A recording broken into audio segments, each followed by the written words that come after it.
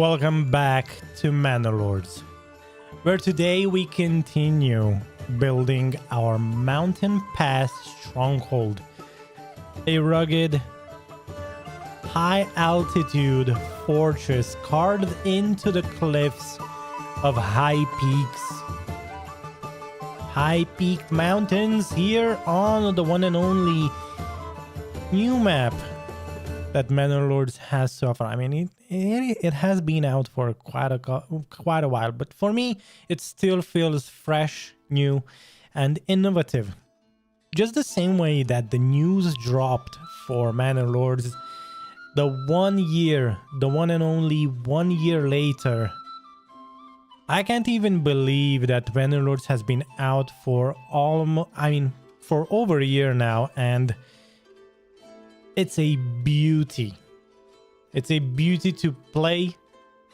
It's a modern take on city builders, and it is really cool to keep going with the challenges we set ourselves. This isn't just about beauty, but also strategy. The goal here today is to set up the control for the one and only trade routes that go all the way from the south, exiting towards the north. And our challenge is to build up a multi-district city, a mountain pass fortress stronghold, a double stronghold on both of the highland over in the mountain pass, and also to make it look and connect all these districts together in a seamless and very beautiful way. Now, of course, a couple of you guys did drop a few comments that, hey, I didn't really understand what the challenge is about, or things like that. I know that there are lots of things to explain, but long story short, one of the reasons why the intro takes so long is because, of course, the challenge itself is quite large. Now, it's not only that we are trying to build a trade empire in terms of reaching one of the higher ends of profits that we could in this game.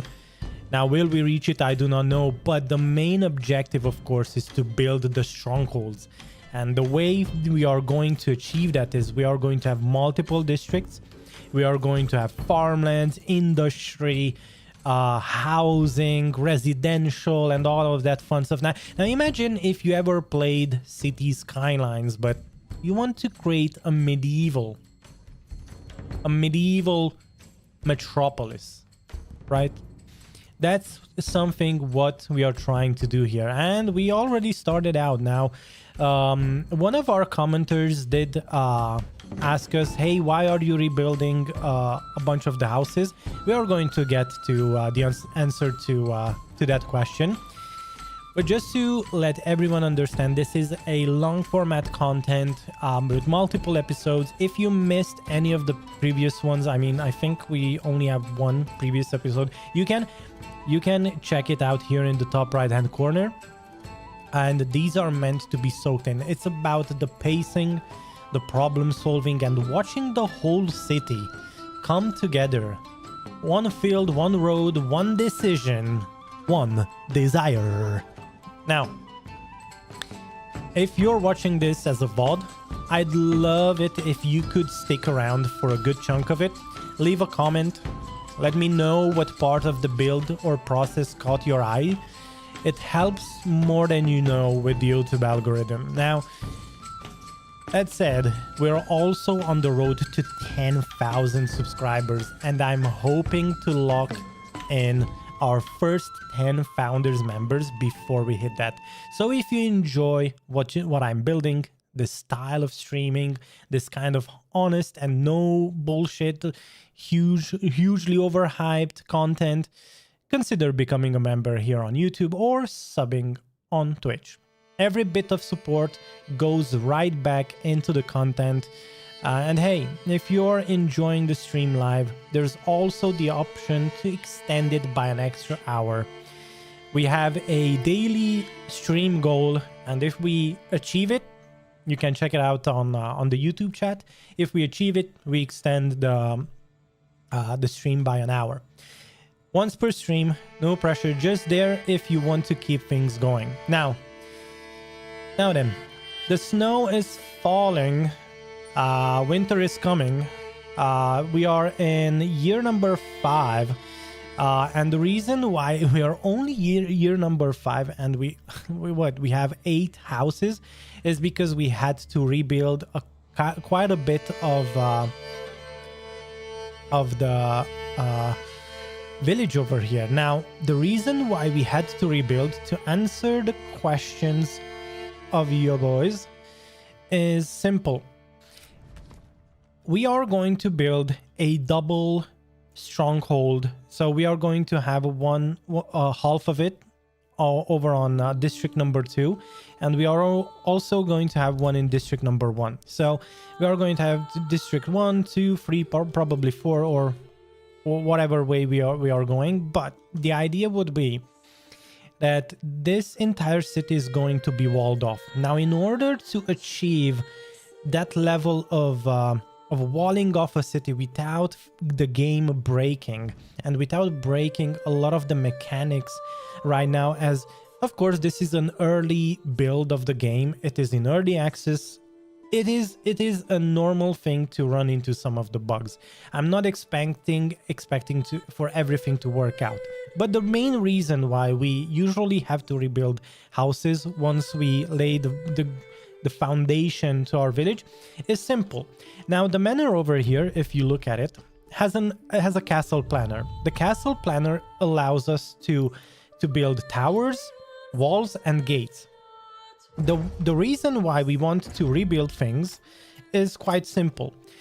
Everything that you put down before building the manor, if you ever want to go with the walls beyond your manor, let's say we want to wall off the entire city and create an entire stronghold looking like a fortress and huge city design, the main thing that you are going to run into is you are going to build the walls. The walls are going to become a part of the manor's territory, but at the same time, everything within its range is going to become inaccessible. The way this goes, I also have videos of that over here in the top right hand corner. I usually put up cards, and you can check it down in the description too.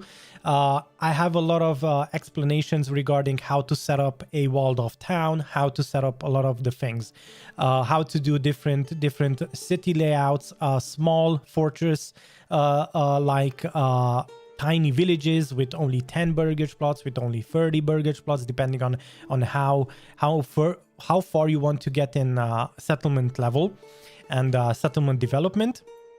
This is pretty much what I'm talking about. But long story short, the idea is that you need to put down the manor first and only build your village after. But in order to get your manor down, you do have to progress a bit with the game. So in that case, what I did in the previous episode, the entire stream was all just to set up the manor and then destroy the entire village bit by bit and rebuild it from the ground up. Now, there are a couple of things that we did not rebuild, like the mining pit as an example, because by the time we are going to extend the walls, so what we are going to be doing here with the stronghold is we are going to have let's say a naturally or organic looking wall that will go all around our city and then circle our stronghold. So the trade route comes in through the south, it leads through the north. We want to control it. Everything, anyone, the king, the king's men, even the king's men, who, you know what, we don't give a flying about the king's people. We want to become our own sovereign land. Okay, so the way we do this is we take a hold of the main trade route that goes through the mountain. All right, Think of it like Gondor. No, not Gondor. Helm's Deep. Maybe not Helm's Deep. I don't know. If you come up with a really good example, please type it in the chat or in the comment section down below. Okay. So the idea would be, preferably, right? The idea will be to have things moving forward and have everything walled off. Now, for that to happen, like I said, we need the manor down. And once the manor is down and we rebuilt everything, and this will have to be done for all 4 of the districts. It's not like we can take the walls and go and put them down across the entire land. No, we are going to have to put down different settlements, of course, and with every settlement we have, we are going to have to do the same. Now, let me just tab out a second because my YouTube broke and put them down. Okay, it's working. Okay. I had to refresh the page. Now, going beyond that, all right, going beyond this, today our goal will be to try and expand and also start laying the groundwork for farming. Now, out of the 4 provinces that we have access to, so this is of course we are already calling this district 1. The way we do this is going to be our first and last farmland, fertile land. As you can see here in the high peaks, usually you only get access to 1 fertile land. So in good order and good fashion, what we will have to do is actually set up most of the main parts of this stronghold in the areas where you have the least amount of fertile land. So that we already started, as you can see. What we also did is we laid down the blueprint for the stronghold, and as you can see, we were trying to actually look for the lowest amount of, the lowest fertility land for flax and barley, because the emmer is going well everywhere. Edward, welcome back. How's it going?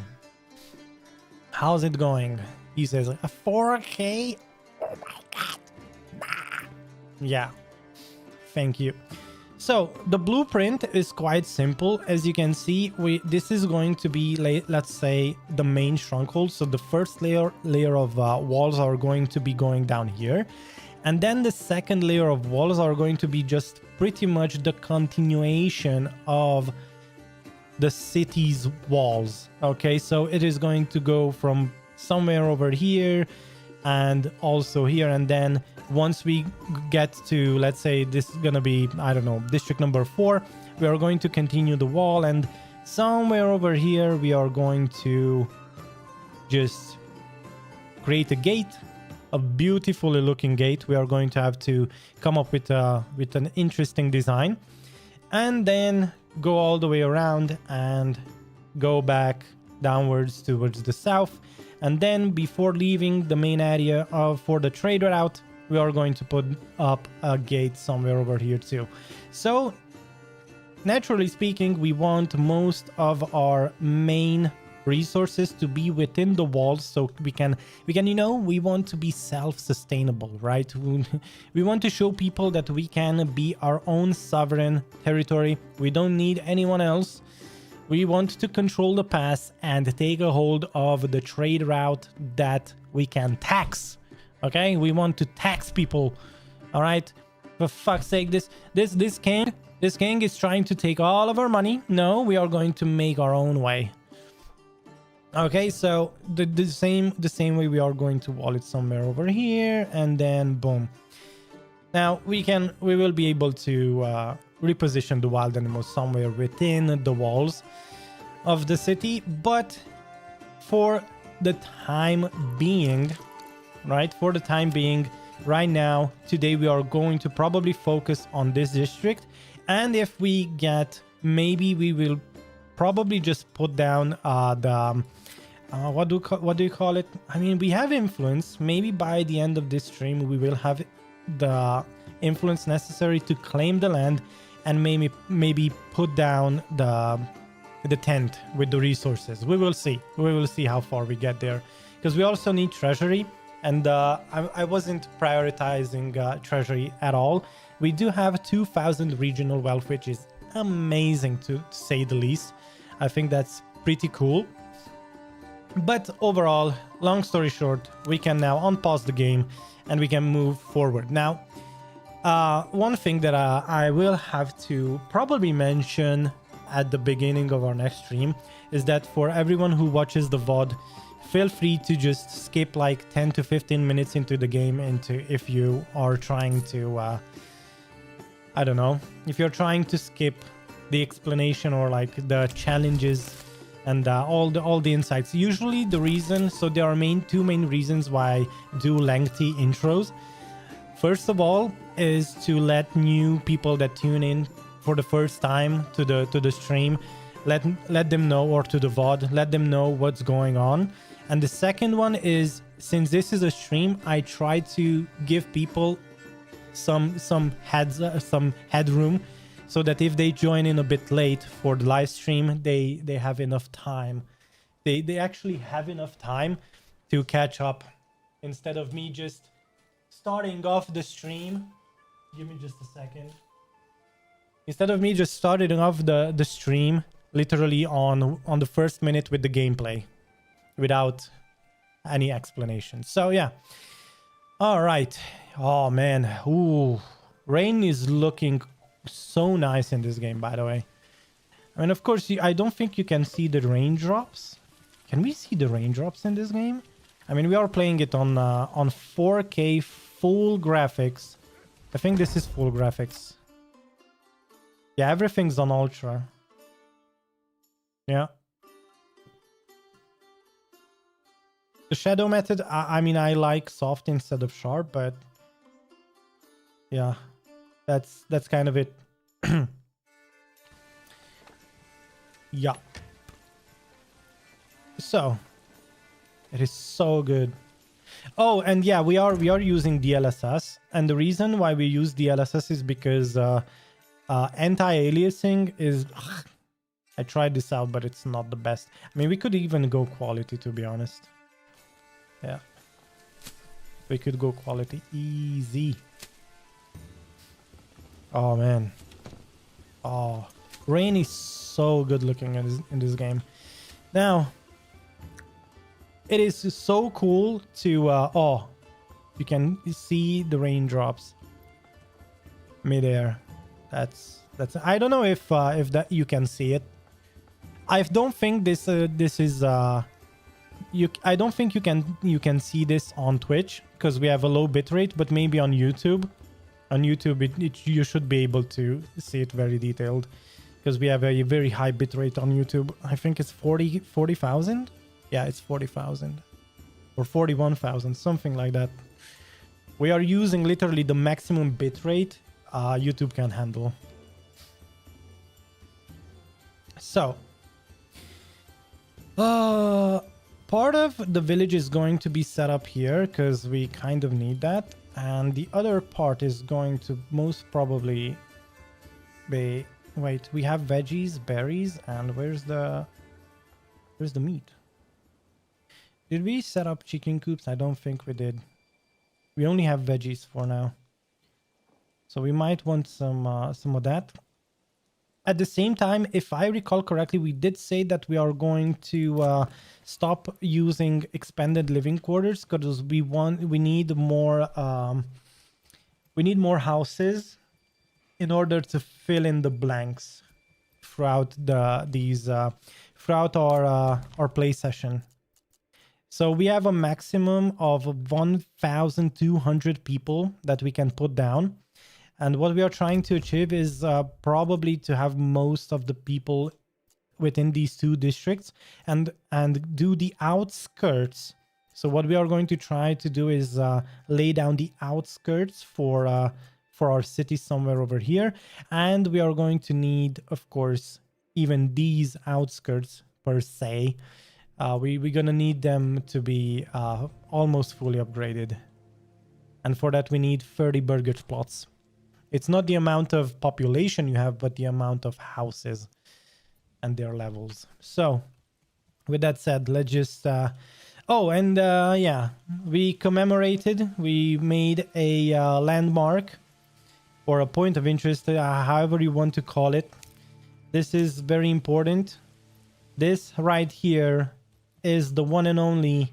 It is the Stonehenge of our playthrough. Let's just call it like that. I don't know. I know that the Stonehenge is something else, but let's just call it that way. So what this is trying to show, and this is going to be pretty much the heart of the city, right? What this is trying to show is that we have two strongholds, and the entire city is built around the two strongholds. And we have the southern and the northern bastion of defense, which is going to be the northern gate that we set up over here, and then the southern gate. And people are going to come visit this in years times, like let's say this is the 1500s. In like 2025, someone's going to visit this, and they are going to be like, oh my god. Nice, interesting history. Holy shit. Oh, and winter is here, and we have enough food and enough fuel. Now, with that said, of course, I'm not the most efficient player. I wouldn't call myself the most efficient guy or the most. I don't really like to do very efficient builds, but I like to build organic looking villages. I'm not a city planner, right? But I think we can make it look very nice with time. It will just need some time. So we have the first part of the village set up here. I think I'm going to start putting a few things down over here now. So we need lots of houses, and we did say that we are going to have a second church probably here somewhere. We are going to have the tavern. We are going to have the main market. So we have a small market here in this neighborhood.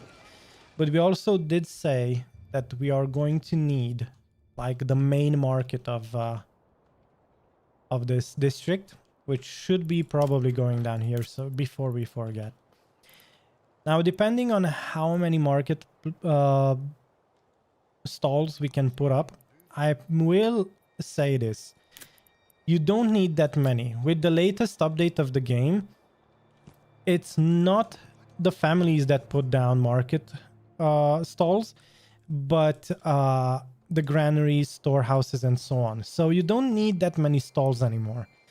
And the bigger you make this area, the worse it's gonna look, because usually it's gonna top out at like 30 to 40 stalls per district. And for that, you don't really need that many market stalls. So, yeah. And in that case, if this is like how many?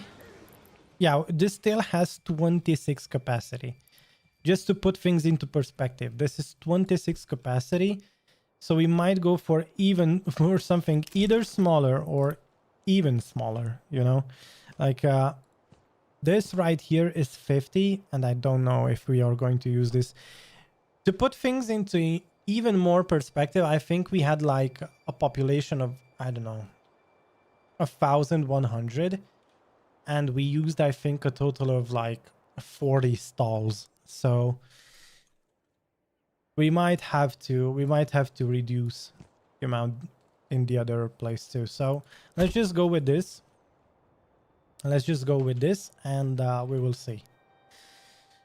Yeah, so with that said, we are going to need more families on the granary. We should probably upgrade the granary too. We should probably have secondary granaries as well. And yeah, how much stone do we have? 0 stone. Nice. Okay, we need to mine the stone. And what is the other thing that we need? Let me just think. Yeah, we wanted to upgrade the storehouses. Yeah. Oh, we need planks. Good thing. Do we have people on the soffit? Yes, we do. Timber only 14. Okay, let's wait. Oh yeah, we did say that we would. Did we set up the no, we did not set up the forester huts. Okay, let's have 2 families in here before we forget, because the more we have, the better it is going to be. But we need to make it so that they don't go. So there is a bug. There is an interesting bug with the foresters, is that if you set up an area beyond the region, beyond the region of your province, they will still go and look for a spot to plant a tree. So you don't want to leave the area. You don't want to make it bigger, because we actually ran into that bug, that they were looking at a spot somewhere over up here to plant, and I was like, no, just please don't do that. Please don't do that, man. Hello. But yeah, sometimes that happens. Okay.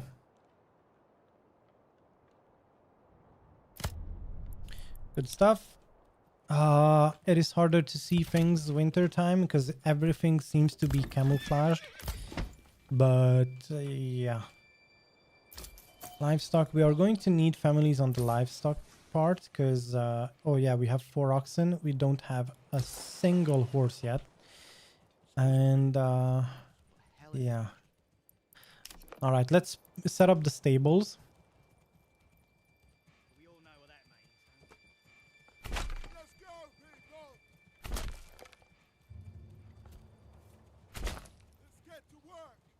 Let's get to work.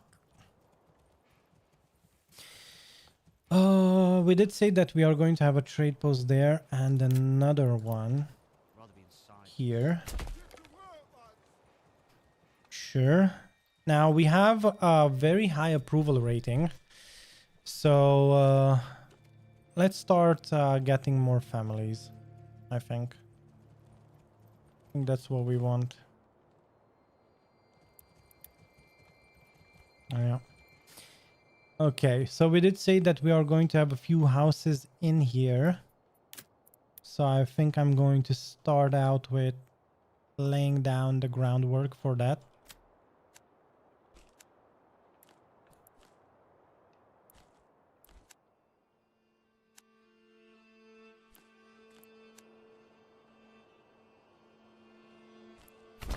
Looks good.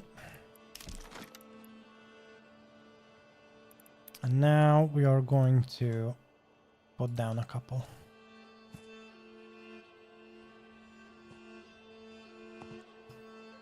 That's almost good. To be honest, that's almost good.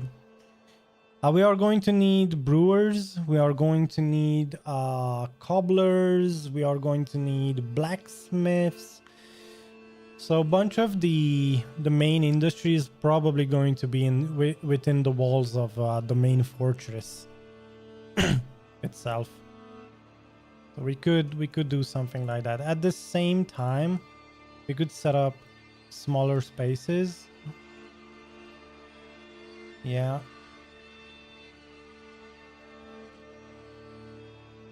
Since they are all going to be singles. Not bad. And then we can put in something like this. Make this guy probably, I don't know, a brewer or something. We can put in a house over here. Should have...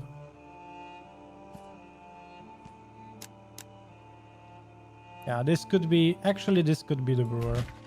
We do have the tavern down over here.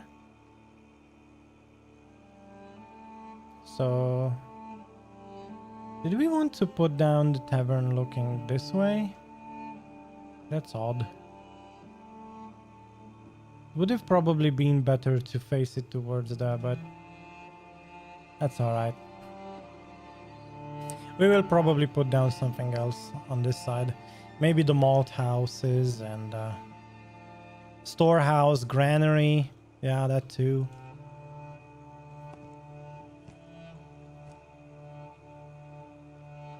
Yeah, look, see?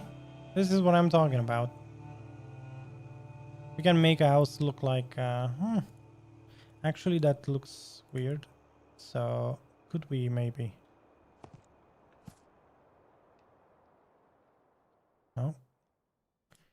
Don't like this. But this... I don't know. I think this is going to bug out once we put it down. Wait a second. Maybe if I do it the other way.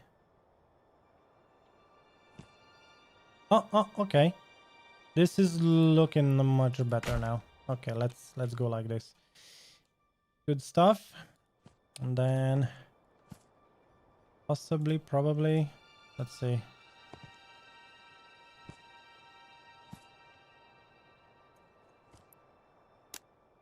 Okay. That's odd. That doesn't look anything like what we would like.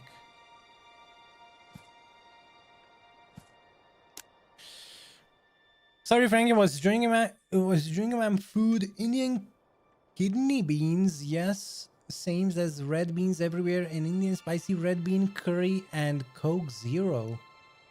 Oh man. That sounds good. I like I really like chili.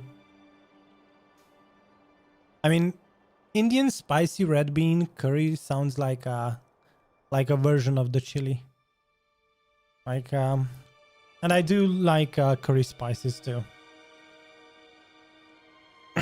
So I'm glad you enjoyed your meal, man.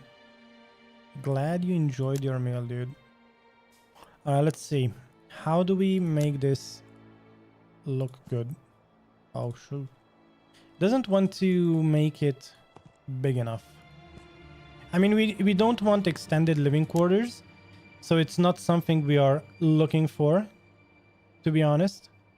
But it would be nice to have the extension within... this looks odd. Whoa, whoa, whoa. I swear there was a... Okay. Oh, that's a... No. We want...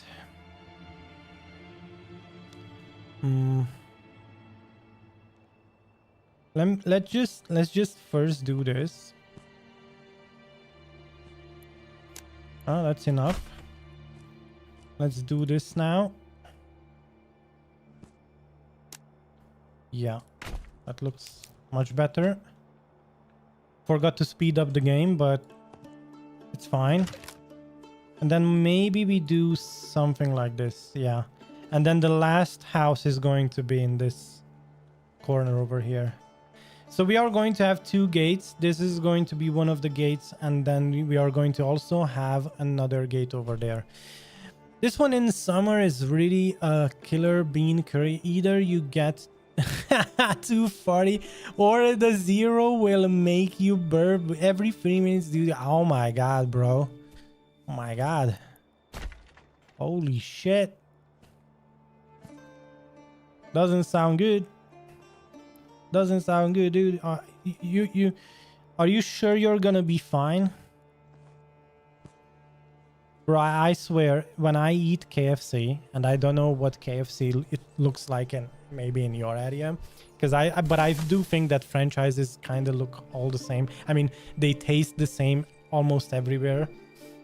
But I'm gonna tell you, if I eat KFC, holy shit. I have an issue. It's not about when it goes in, but when it comes out, you know, if you know what I mean.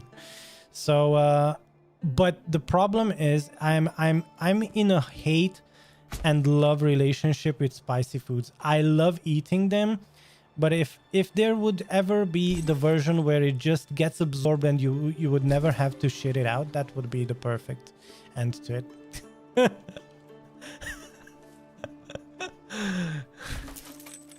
My guy is like, what the fuck? I didn't tune in to listen to this shit.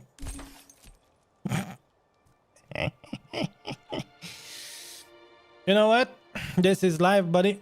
This is life in its rawest format.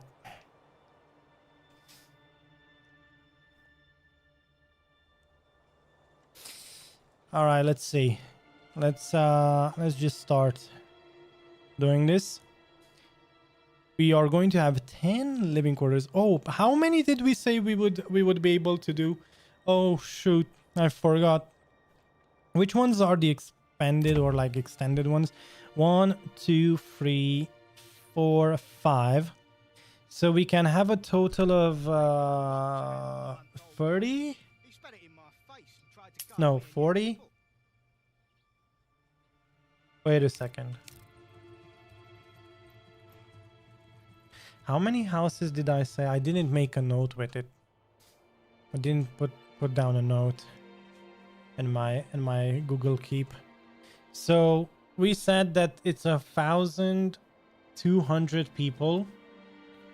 That's 1,200. So it's if yeah, you have 400 families.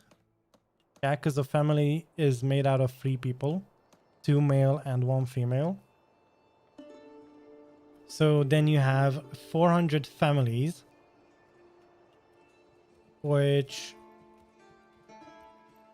you can have 2 families per fully upgraded household. And then you have also households that will cap out at 1 family. So you need 30 in order to get to the maximum village level. You need 30 level 3 houses, which means 30 times 2, that's 60 families, times 4 is 240 families, which leaves you with 160 families. That if you split by 4, that's an extra 40 families per district. Yeah, a lot of math is going into this, but the long story short, that means that besides the 30 level 2 burgers, level 3 burgers plots that you need, you can put down an additional 10 more houses with 1 families in them, if I'm correct. So that would be 40 burgers plots, a total per district. Oh shit. 30 with 2 families in them, and then 10 additional with 1 family per. Now we could go as much as 1,500 people, but I don't know if that's gonna... KFC in Pakistan is like... is half of it is uncooked, and when you ask, is this what you paid for? They say American KFC recipe, nothing is edible unless you like eat chicken half cooked. Bro, I don't know how they do it there, but where I'm from, chicken is fully cooked. It's not steak. It's not like a half done steak. It's fully cooked to the bone where I'm from. But yeah, maybe they do it different there. All right, let's see. 10 houses. Let's start building. I'm going to speed up the game. We also have to probably upgrade these, and not have to, we need to, because we are going to need a couple of families at least. I think this burger plot has already been put down. Nice, man. Nice. And the question is, what do we want? We have veggies, we have berries. Do we want meat, or do we want no, we are going to have bread, that's for sure. We should probably get meat, right? We should probably get meat. It's harder to keep track of these, but yeah. Anyway, this is way too much math for a half baked baldy Manor Lord. Yeah. We need to figure this out. The reason I'm doing this math is because I need to figure it out. before we run into issues. Because we had like 1.3k people in the previous walkthrough playthrough of the river metropolis, medieval river metropolis that we tried to do. And there we pretty much just got blocked by the game, by the technical limitation of the game. Let's call it that way. We need planks. Huh. All right.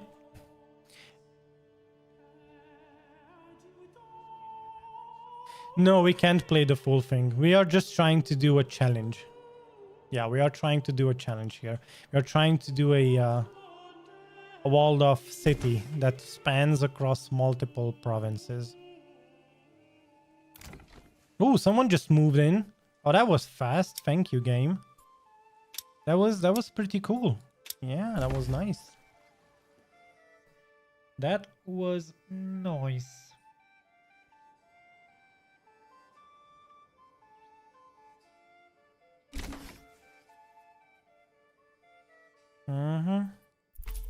All right, so what did we want to get? Probably the better deals, because we are going to have to import a bit. Actually, do we have to import? Because we have barley, right? We have barley. We have what do you call it? We can have flax. I mean, everyone's going to have to get the better deals, because we can't use the packing stations. Yeah, we did say that we need 2 points here, at least. That is true. Let me just see. So, oh, we also need the deep. The deep mining in this area. Oh yeah, we did say that we are going to get heavy plow, bakeries, better deals, and deep mining. Now, you know what? In that case, if we also want to set up things for farming, we should probably start doing this, the heavy plow. We can keep exporting charcoal, because charcoal is a really good moneymaker regardless. And we should probably start with the farmer stuff and the bakeries, so that we have enough of everything. Yeah, let's do that. I'm going to take better deals before the deep mining, most probably, but let's just do this first. So, oh, and then we also want to make sausages, right? We are going to want to have probably a butcher. Actually, now that I think of it, maybe we should put down a few pastures. Do we have the pasture stuff? No, we could be doing sheep. Oh, we don't have enough. Oh my god. Oh. We don't have enough development points. I mean, instead of taking the better deals, because we are going to be mostly exporting with this district. I don't think I'm going to import any iron. We don't need to. We might have to import stone though. Lots of stone. Not gonna lie. Question is, will we be able to import enough stone? Because we want the deep mining for salt. And a fertilization would be good, but we already used up 3 points. So either we take sheep breeding, fertilization, and bakeries, and we ditch the salt, which would be a really bad thing, because salt is good, but being salty isn't that good. At the same time, yeah, so it's either or. Now we could go with communal ovens, but the fact that bakeries produce 2 breads for 1 flour is pretty much from one grain. From one grain you are making 4 bread, because 1 grain turns into 2 flour, which turns into an additional 2 breads per flour. So 1 grain equals 4 breads. Yeah, we are selling lots of coal. Oh, there are wolves and bandit animation attacking the lambs or sheep in future updates. I think there are going to be. At a certain point, there are going to be multiple things. So what we need here, I think, is getting the good old bakery. So I'm gonna do, of course, the heavy plow, because we need to start putting down lots of this stuff. Lots of this stuff. Let's have where are these? Yeah, malt house. Not enough goods. Oh, that's right. We don't have the stone. Oh shit. Did we? Oh yeah, we did. Okay, we have a family. Let's go. Stonecutter camp. Start cutting the camp, boys. Stonecutter camp. Start. No, it's a camp cutter stone. Right? Right? Am I right, boys? I have such a good dad jokes. I'm just kidding. So, besides that, we need to import horses. We need at least 4 horses for the beginning, and we should probably have like 8 oxen. Yeah. Do I want more family? No. 1 forester hut should be enough for now. For now. Let's have a livestock trading. We are going to import. We are going to import till we have 8 of these and 4 of these. That's what we would. No, not mules. Oh no. We want horses. There we go. All right, and since we already. Oh no, wait. 2. Yeah, let's. Oh no. Oh, they didn't build the stables yet? Oh man. What a noob. The good thing is we have the granary. Nice. Did this get upgraded? No. Oh, actually, we don't have families on this yet. The fuck? We don't have firewood? Wait. Where's the... Oh, we had the woodcutter's lodge. Where do these guys... Oh, they are eating it up probably. Yeah, because we are making lots of charcoal. Good. Alright, now that I remember... It's gonna be fine. We're gonna need the family on the clay as well. Royal tax increased. Well, yes. Long story short, yes. But I don't want to tax my people just yet. I mean, we could set up like a 1%. No, not 10%. 1%. They wouldn't even feel it, right? When did they start complaining in terms of approval loss? Wow. Okay. So 3% is they don't even feel it. Good. Nice. Predicted approval loss 0. Can you see that? Oh, that's amazing. That's amazing. All right, the new family moved in. We're going to... Oh, we don't have planks. That's right. These guys are still trying to get the planks. Yeah, that is right. In order to get the planks, you have to take them all the way over from over there, run up the hill, and get them here. Interesting. There's no other way. Indeed. Indeed. Well, it is what it is. All right, we want... Ooh. I think we want... Yeah, we want the meat. We want more and more pigs.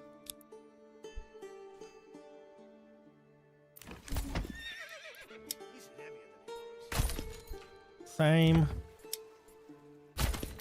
Pig pan. Let's go.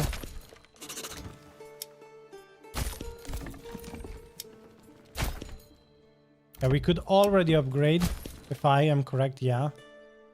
We only need 1 level 2. 1 more level 2. And we should be able to upgrade already. Let's just wait.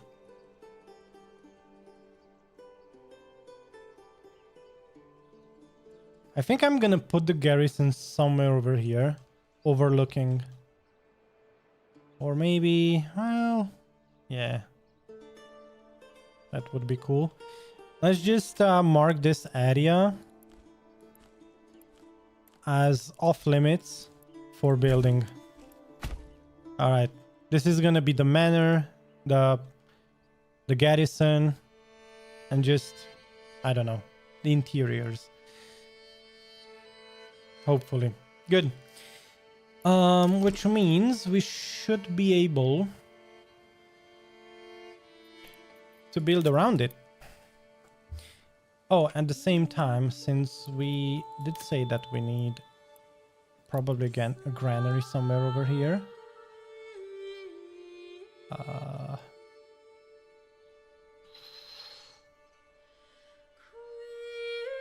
Yeah.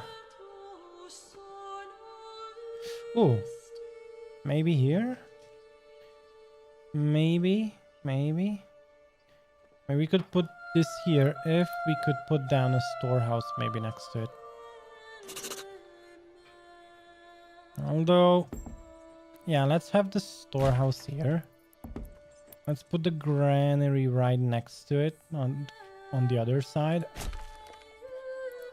We are going to put down a wooden church facing, I don't know, that way.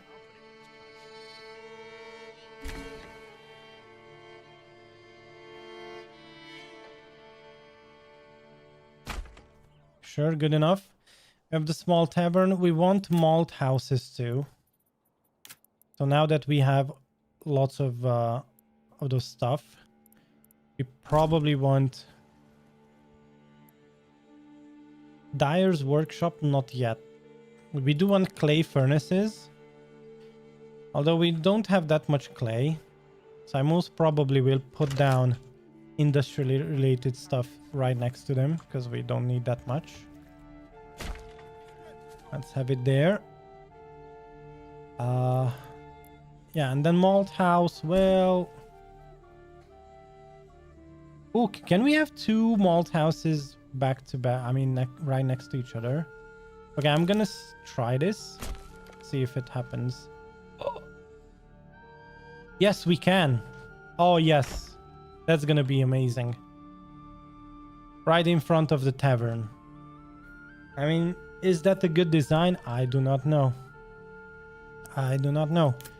But what I do know is right now we can make this look very, very organic looking just by doing this. Oh, look at this. This is gonna be amazing.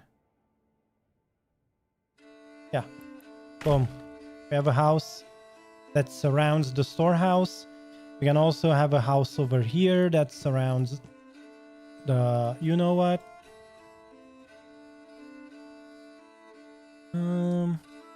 Maybe just a little bit more. Oh, it doesn't like it, does it? Okay.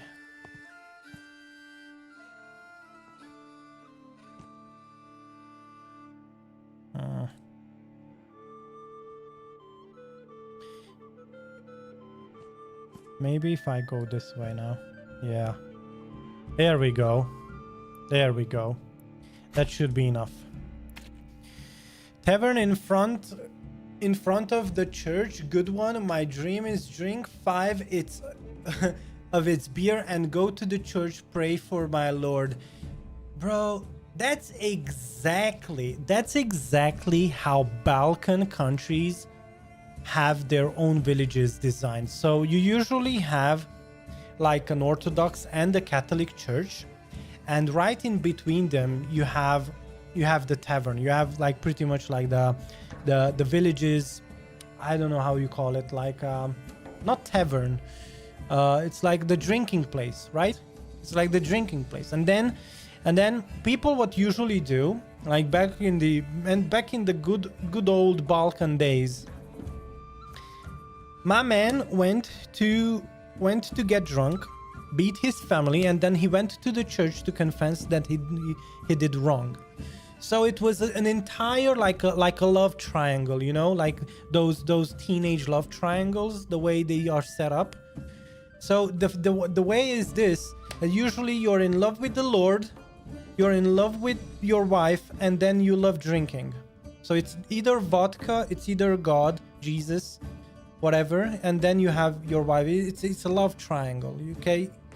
Then you have to drag, you know, those triangles, like your character creations, like in the middle. You can't have all three of them. You have to choose most of the time one, but I mean two, or best of the time it's one. So it's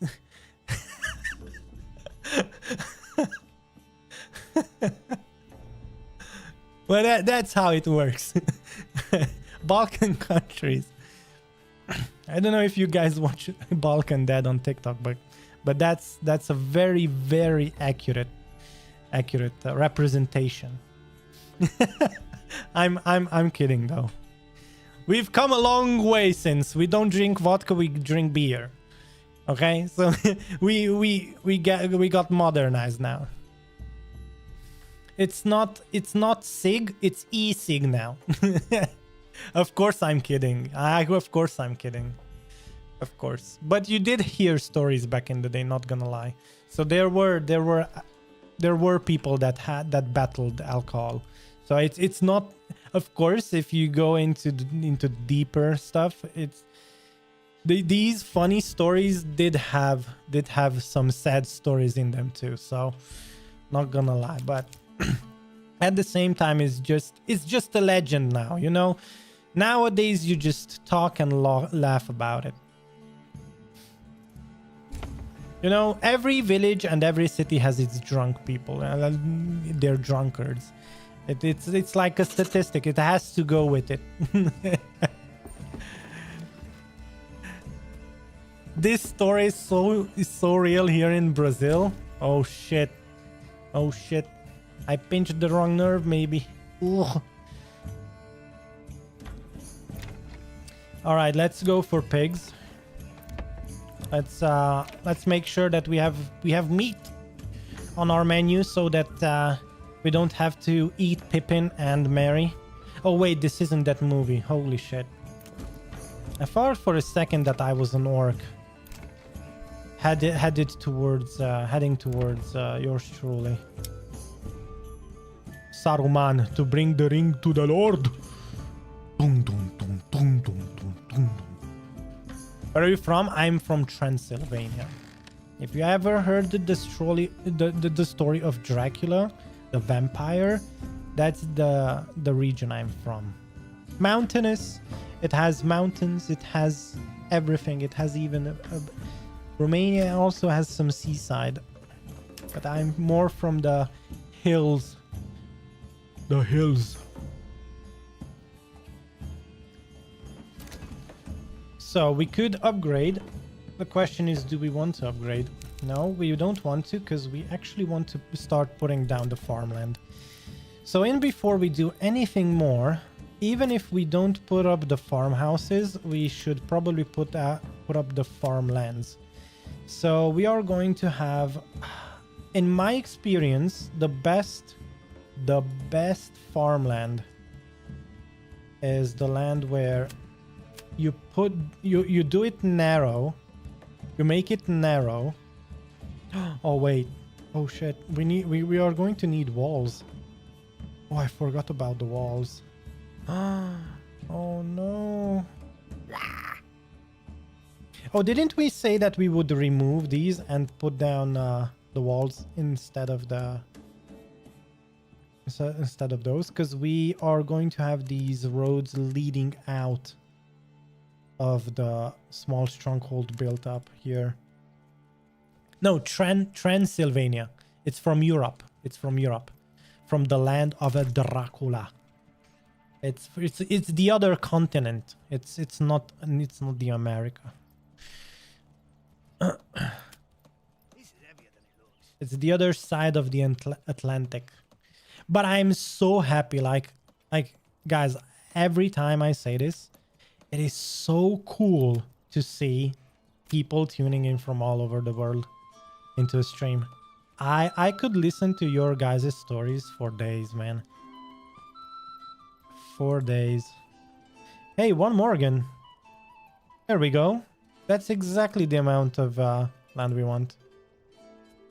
It's like 1.2 to like 1 Morgan per. Yeah, 1.4 is almost best. Look at this. 1.4. Nice. Amazing. Now we are going to need roads for these. So, it's okay.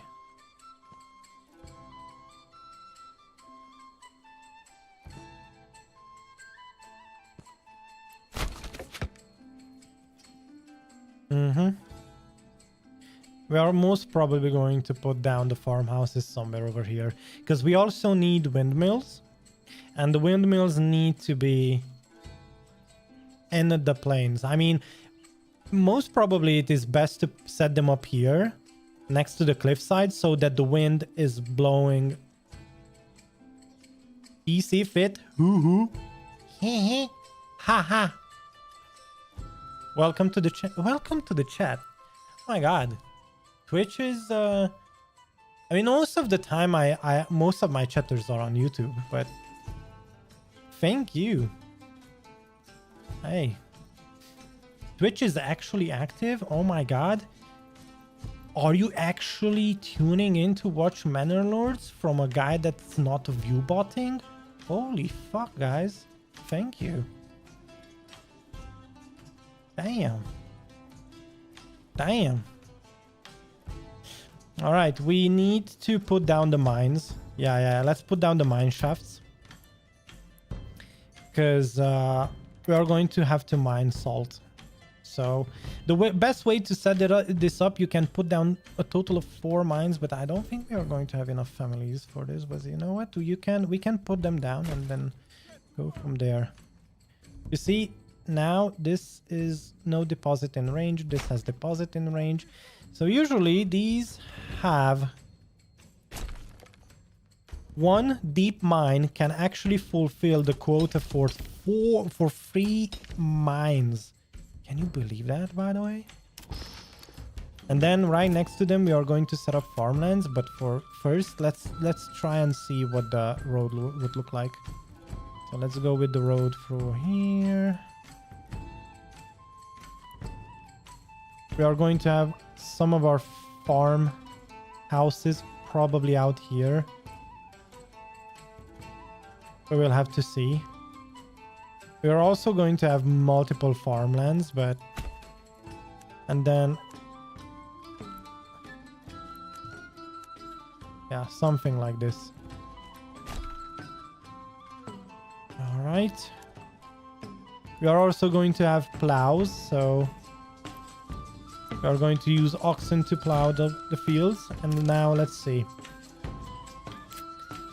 Fertility. Barley is all the way over here, so we are most probably going to branch out. But first,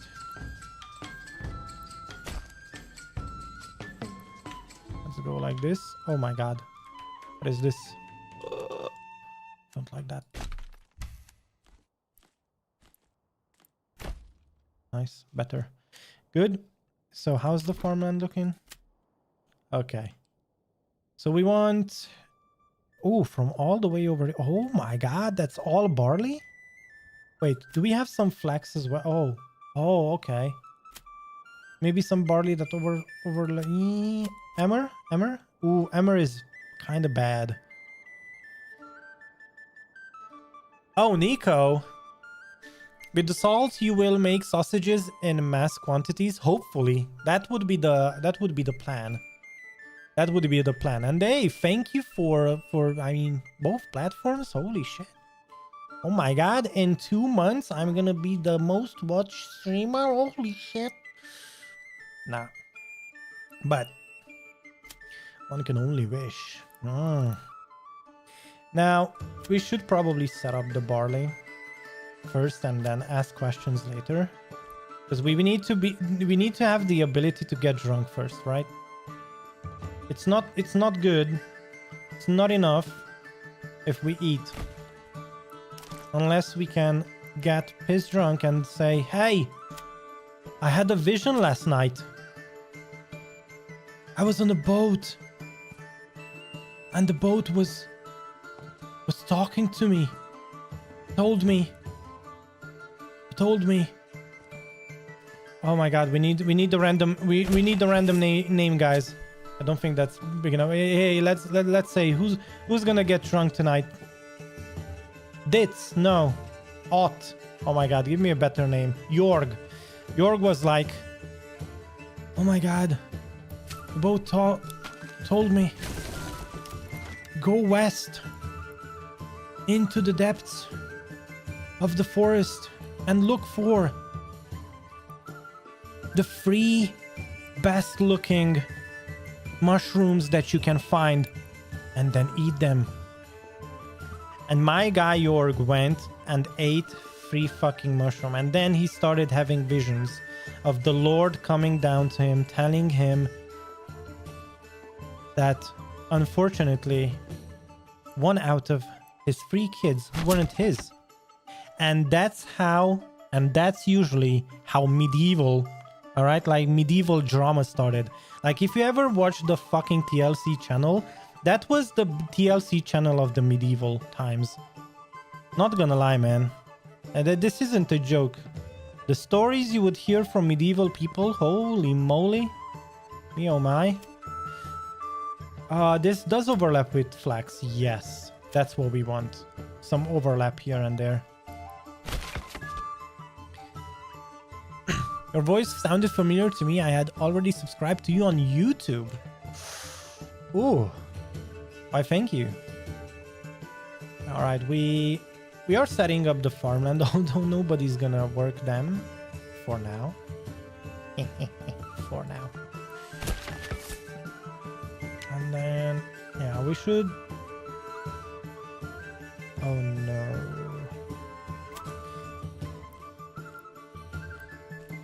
Yeah. Good enough. Let's Oh, that's not good for barley. But it might be good for something. Oh no, that's flax, barley. Yeah, that's really good actually for barley. So the way we are going to do this, we are going to actually change the direction. So that's 1.2 Morgan. And then we are going to use the oxen to plow these fields.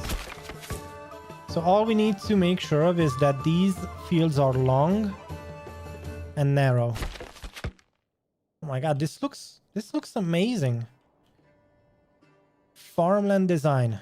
I mean, of course. Of course. If you ever like your own design, there's nothing wrong with you. But you might be weird a bit. Like the same way I'm right now. It's like, hey, I really like my own design. I mean, how the fuck wouldn't I, right? I did it. But if you do it, if you do shit, like parents do that, hey, oh my god, it looks like a piece of shit. But you know what? I mean, that looks so cool. You know what? You need to be truthful with me, guys. Don't you let me go on a stroll here and make a fool out of myself. You need to be honest with me, chat. You need to be honest with me. Tell me. Tell it to my face. Actually, the problem with this is that you start out on that end, and what they are going to do is they are going to go zigzag. So, I don't know how to put this down. Yeah, maybe this way. Good. But that's only 0.5 Morgan? That's weird. That's not what the brochure said. The real estate agent said that this would be one Morgan. Salesman. All right. Now, how do we fit in here on 1 Morgan land that doesn't go against our strategy? You make big. Big square. Lots of Morgan. Yes, yes. Good, good. Yes, sir. Well, it is going to be looking like that, but the gate is going to come this way, so let's just unite this first. Make sure that we have the roads leading out of the village covered.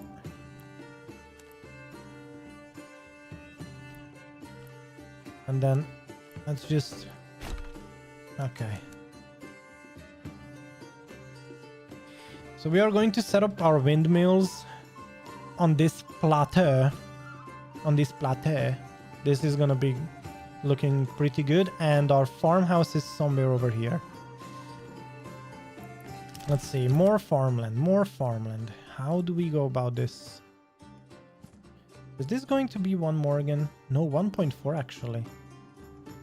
Do we want this? Wait, barley? Yeah, barley, we want this. It's 1.4, but it should work. And it does work with emmer too, so I'm going to go for it. 1.2 Morgan, heck yeah. Emmer is going to be important, but what we are trying to focus right now, because emmer is, as you can see, emmer is pretty much, emmer can be cultivated no matter where you look, right? Frank, please talk 1 minute in Romanian language. Holy shit. I'm not going to do it for 1 minute, but you know what? I can salute you in Romanian. Actually, I know salutes in Romanian, in Hungarian, and German, and Spanish. And I think maybe in Japanese. So which one do you want? You have to choose. You can only choose 2. All right, guys, this is it. I can salute you in 2 languages out of all the ones I know. I'm going to use only 2. You have to choose carefully.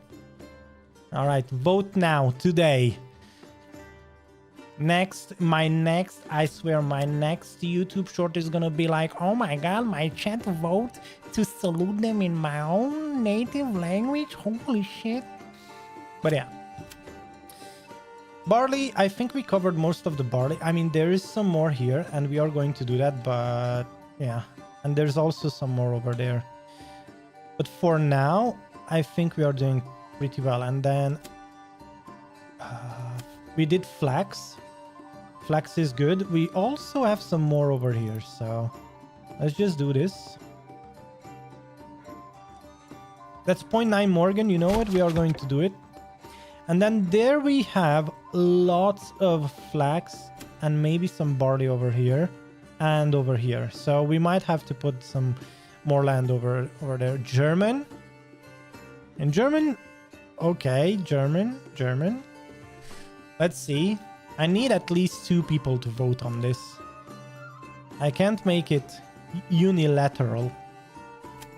So Nico said do it in German.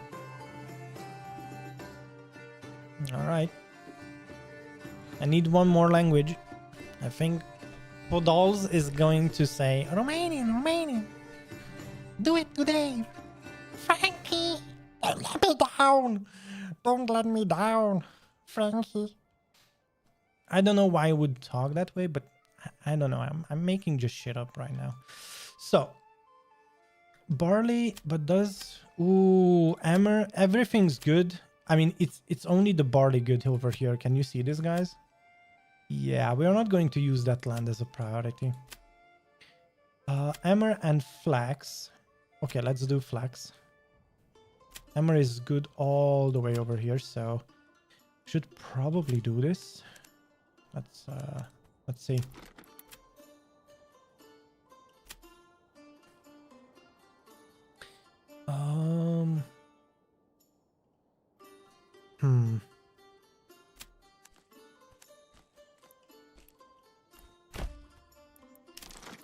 Okay.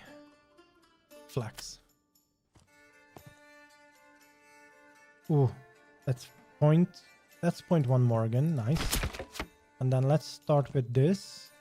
Go this way. It's almost 0.1, 1.0. Come on, just a bit more. That's 1. Nice. And then finally we should probably put down this area over here, which is 1.1 Morgan. You know what? Let's go 1.5 here. Yeah, that's enough. So yeah, here it goes. In Romanian, you say it. I mean, it depends, but if you want to be formal, in German you would say Guten Tag. Guten Tag. Wie geht's? It's like saying good afternoon. How's it going? And in Romanian it would go Bună ziua. Cum sunteți? And that's it. And then that's pretty much good afternoon. How are you? But in a formal way. And that's how I became a language teacher. Subscribe today.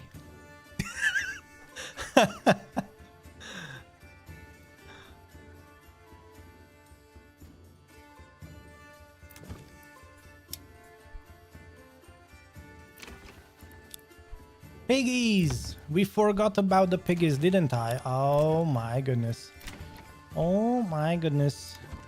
We didn't buy the pigs to be butchered. Piggies, let's go. So in order to have sausages, we need salt and we need meat. And we need to make one of these houses. We need to make one of these houses into a butcher.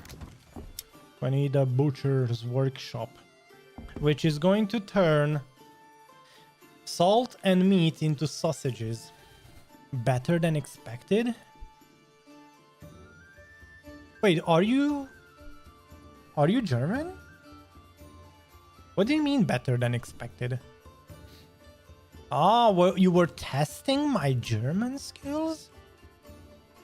Ah. Oh.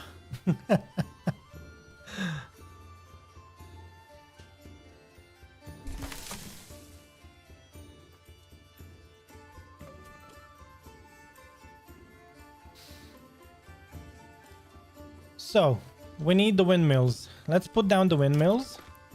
We are going to need like at least 12 to 16 families. But as you can see, windmill efficiency, oh my god, this is the best plateau in the game. Look at this, 100% wind efficiency, no matter where I put it. Ooh. I speak fluent German, but do not live in Germany. Oh, interesting. Well, you must be living in a Germanic country. Nah, I'm not gonna speak for an entire minute. I mean, but I did tell you how to salute and how to ask how's someone's day going.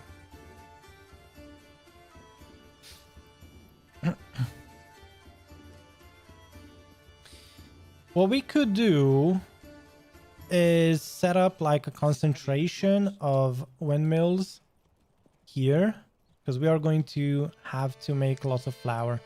Oh, you live in Switzerland. Oh, I used to work a lot with Swiss people. Finance stuff, data analytics and stuff like that.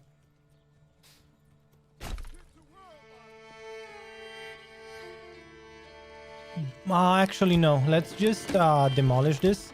I want to make them face the hill because they don't rotate. One thing that I would really like for these windmills to do, but I think that they don't do this usually.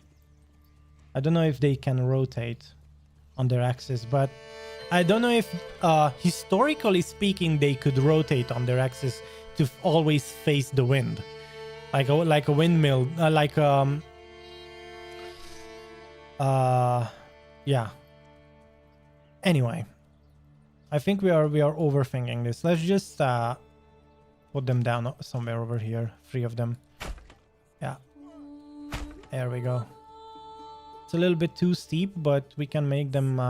We can make it. Come on.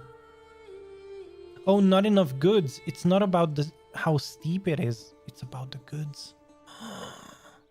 What are we missing? Oh, planks. Good. All right. Let's wait.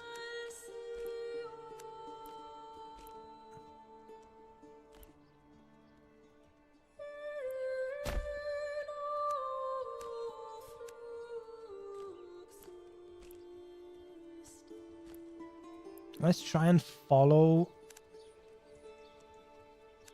the land, how it tilts. Yeah, let's go. Let's go.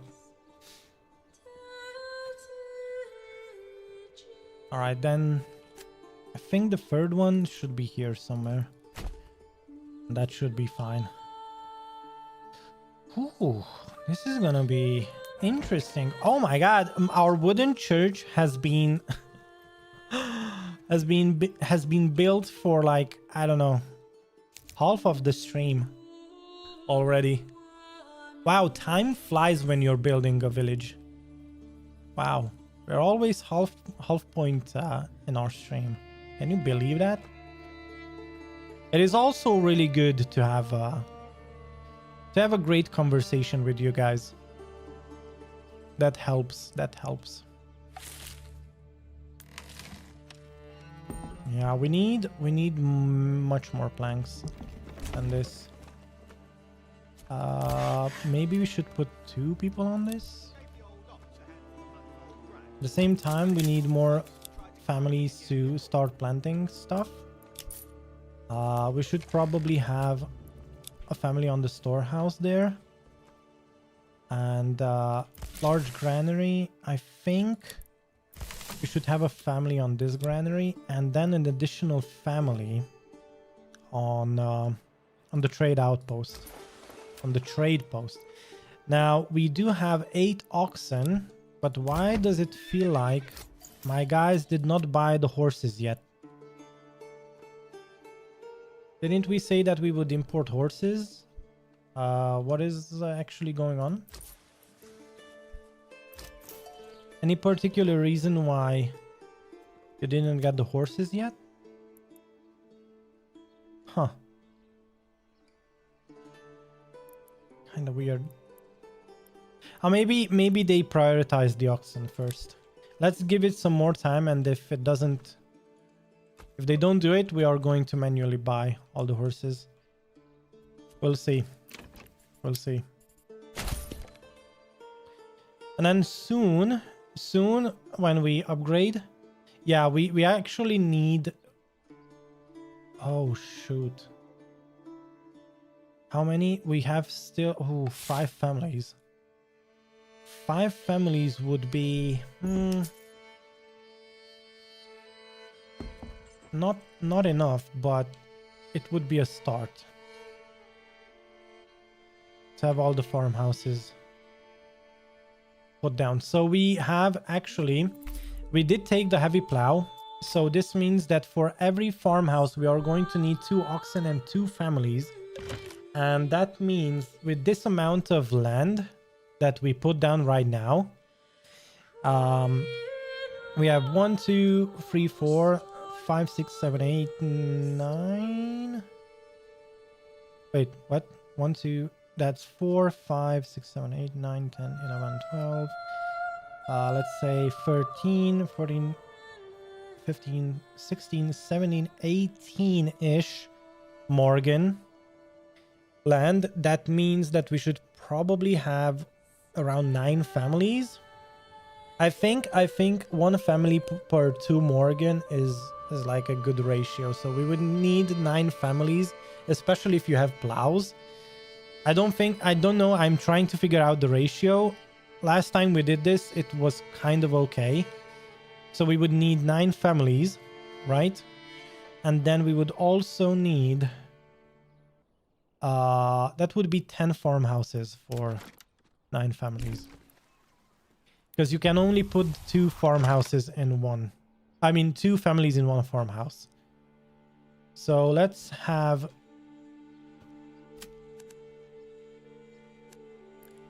2 farmhouses here.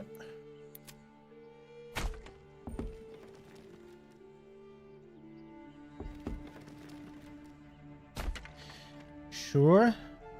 Let's have another farmhouse. Maybe here. Another one here. That's 1, 2, 3, 4. Let's have the 5th one somewhere over here, because why not? Where's our barley? We have more barley. No, flax. Where's the barley though? We have more barley, and I think no, flax is kind of not the worst. We could have some more land over there, and emmer is all fertile here, so that's good. So we should probably have some more. But first, 1, 2, 3, 4, 5 farmhouses. Let's have 6, and then I don't know, 6, 7, maybe somewhere here close by. So we have 7, we need 3 more. Let's put down the last windmill, because you don't need more than 3 windmills.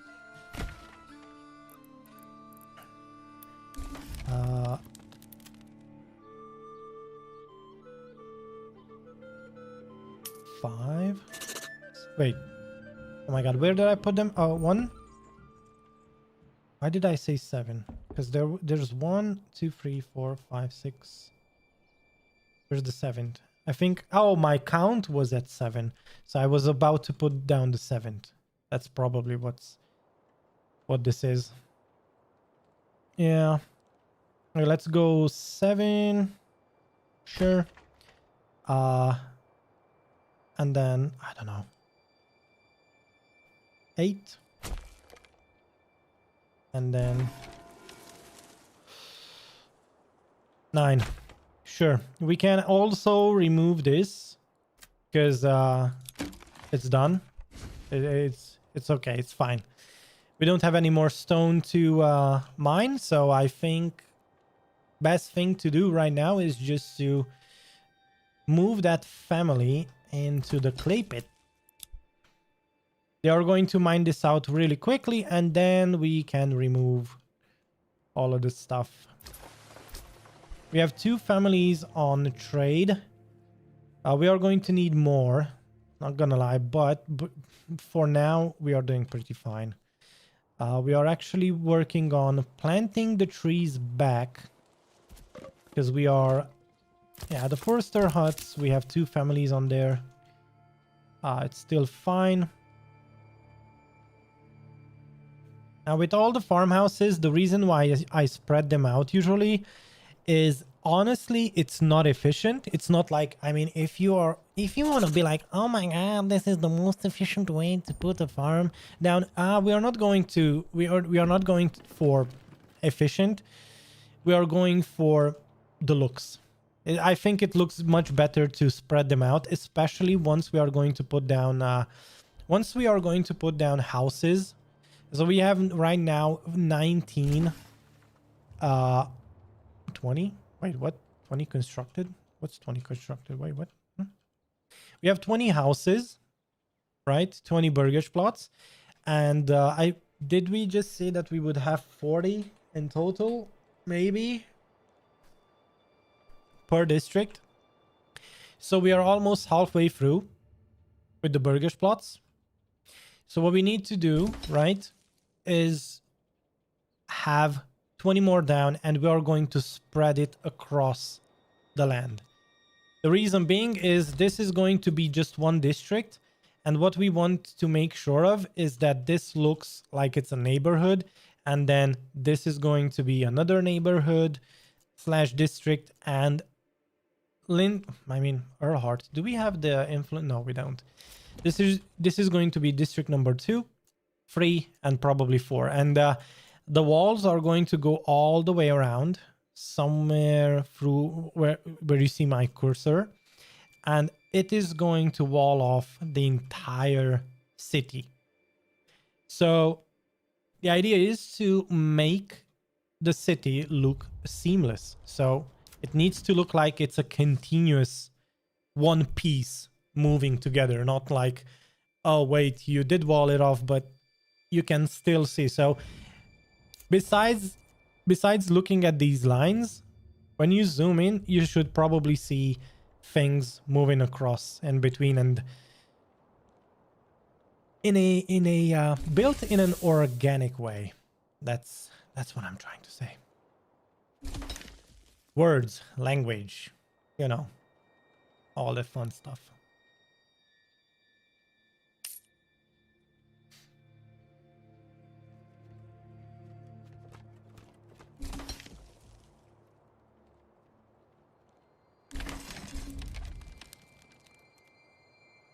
There we go. So the reason why we can only use, so you're going to ask me next, and I swear, you're going to tell me like, why do you use only 2 families in one farmhouse? Now the reason is because if you want to plow the fields with oxen, you need to build in every one of these, you need to build the plowing station. The problem with the plowing station, contrary to popular belief, is that it only allows for 2 oxen to become plowing oxen. And even if you have more oxen, so even if you have like I don't know, 4 more oxen at the stables, if you have 8 families in one farmhouse, only 2 of them are going to use the dedicated oxen for plowing. And that's contrary to how trade posts work. Because in trade posts, you can assign 2 horses. So for the livestock, you see permanent livestock assignment, you can assign 2 horses. But the problem with this is that trade posts, if you have more horses, those families are going to use the horses from the stables. But if you have more oxen, the families from the farmhouses will not use your free oxen from the stables. They will only use the 2 dedicated oxen that you put in the farmhouse. So that's the reason why we are actually putting down so many farmhouses, is because you need to make sure, right, that your families are actually plowing with oxen, not by hand. Because with oxen, it's like 10 times faster. And that's what we need to do.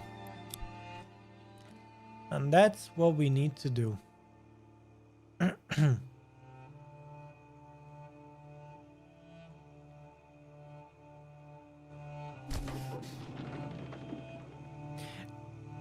Oh, by the way, guys, I am something that I wanted to ask you guys, and this is pretty much the mid-stream. I should have probably asked this at the beginning of the stream.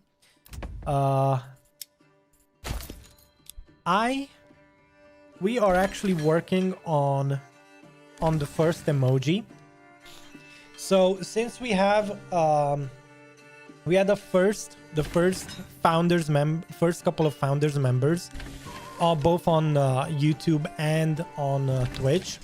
So we actually have 2 founding members.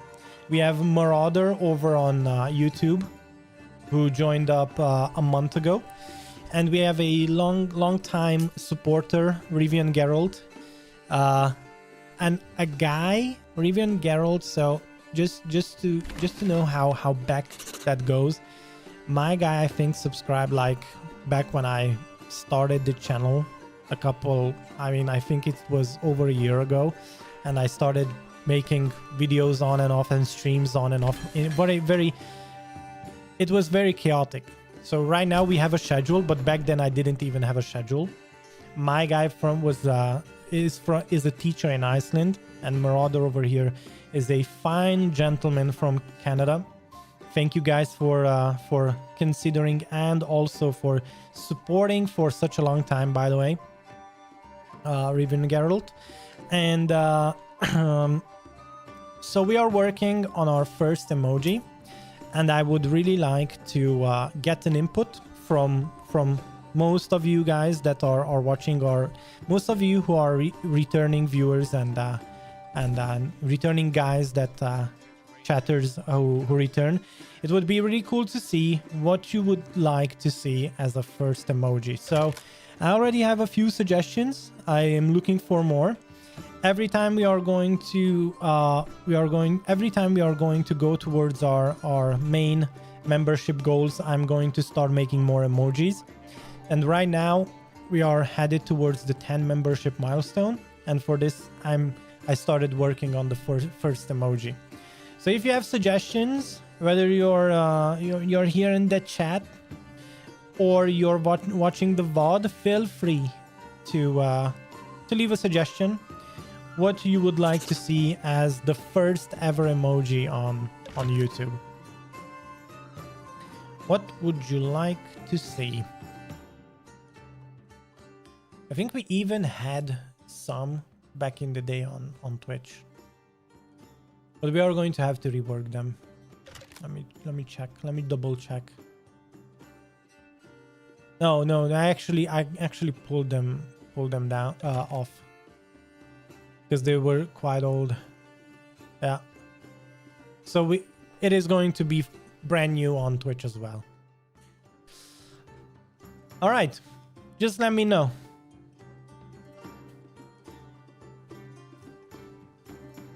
All right, we have the windmills, which is nice. Oh, this is so nice looking. Oh, wow.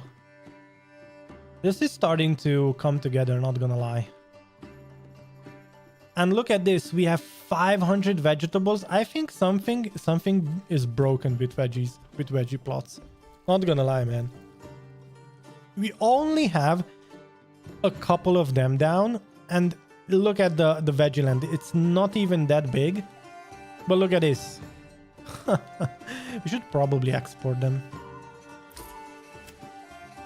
How's the export on charcoal looking? Ooh, that's pretty nice. Oh, that's actually amazing. Nice. Let's have a minimum of 100 desired surplus, actually. Let's go from there. So next thing that we should probably do, not gonna lie, we should start farming, but for that we need lots and lots more families. So yeah. Oh, pigs.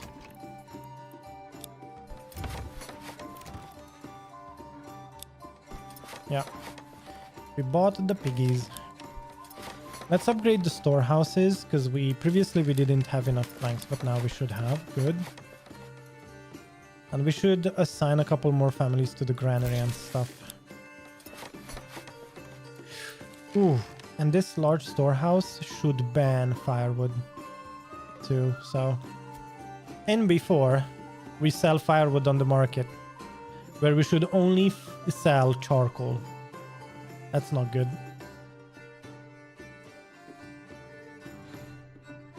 Alright, so all of our guys have livestock in them, which means we should probably set up a couple more stables. That's what's next. We should have the stables up here, so we should have a stable here. Each and every stable is going to be a host for 2 oxen.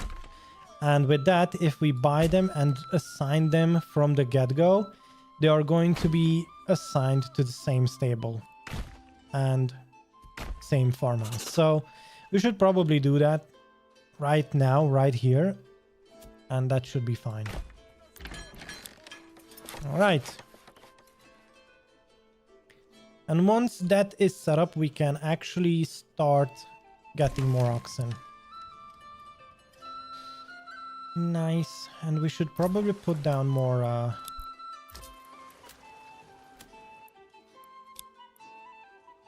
yeah, let's just make sure that we assigned 2 dedicated horses, and that should be fine. Let's wait for the large storehouse to go up. Oh, this is heavy. Yeah, And probably by year 10, we are going to be having a steady supply of grain, of flax, of barley. So that's what we actually need to do next. Now, in the meantime, I'm going to probably put down some more farmland, some more fields. We have, we did say we have flax over here. Huh. That is actually nice looking.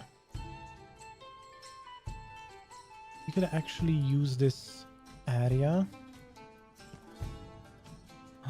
Oh no. No? Okay. No problem. Let's go elsewhere. Here we go.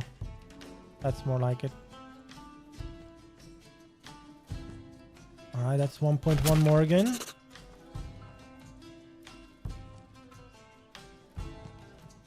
$1.1 Morgan. There we go. 2 more flax. 2 more flax is good enough for me. Then barley. We have tons of barley, but yeah. It's not just for us, for this one district. We are going to need all the barley we can get for all 4 districts. I don't know if that makes sense, but it is going to have to happen. So that's why this is so important. Is this also flax? No. Is this at least emmer? Yeah, it's good enough. All right.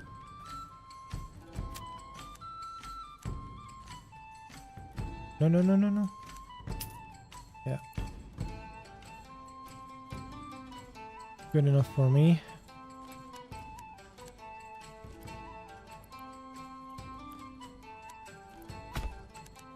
Yeah, good enough.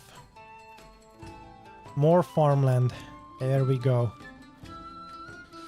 Ah, looks amazing.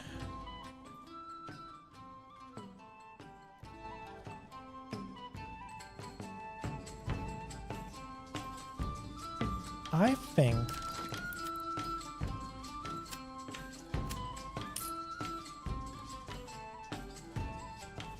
oh wait, we do have some barley over here. Do we have flax too?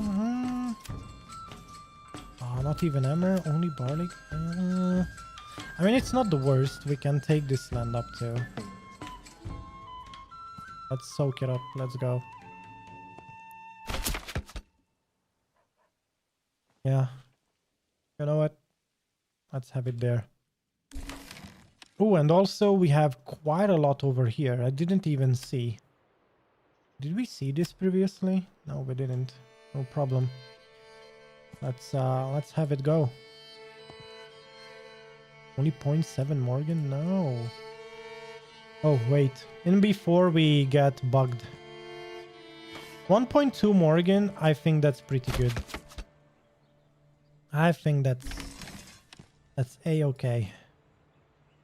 0.7 Morgan, not the best, but it does have flax too, right? Yes. Alright, and I think emmer is pretty good anyway, so...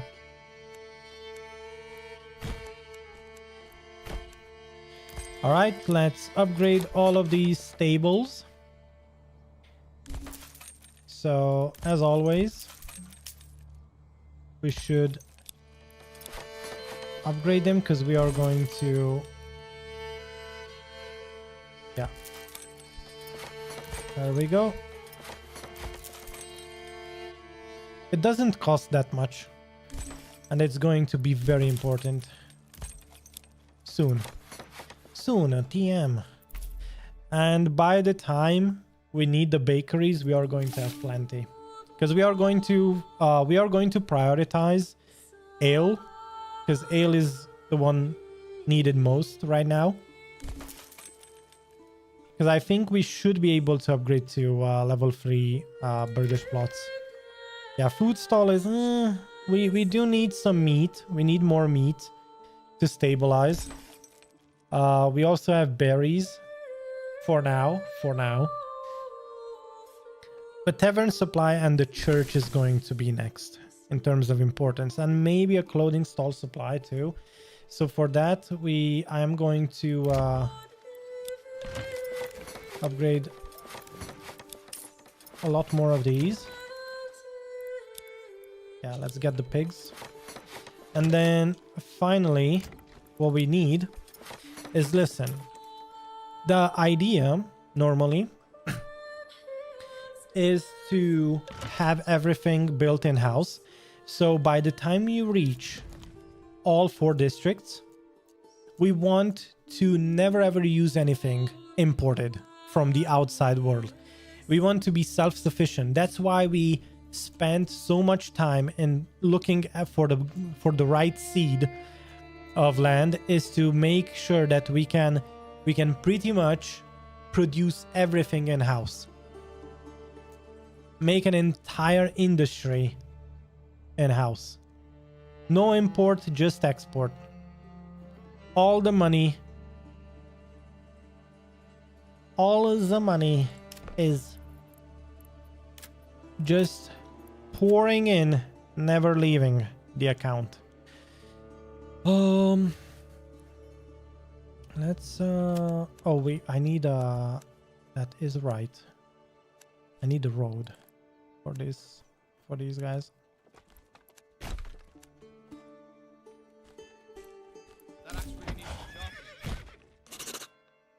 That is right.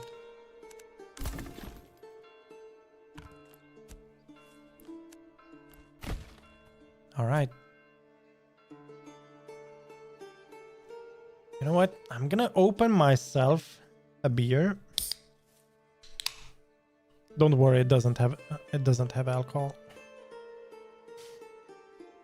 We are not drunkards on stream.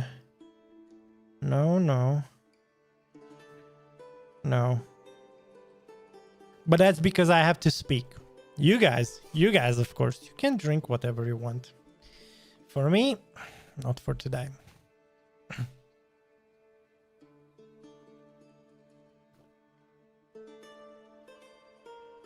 Oh. You guys have to understand, German people are so proud of their beer brewing. And man, last time I was in Austria around Oktoberfest.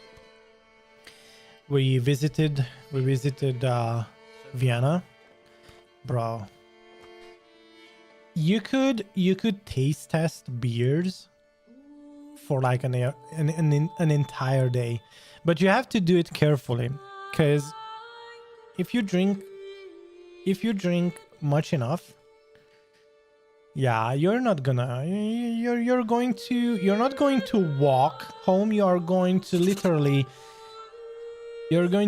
snake home, like.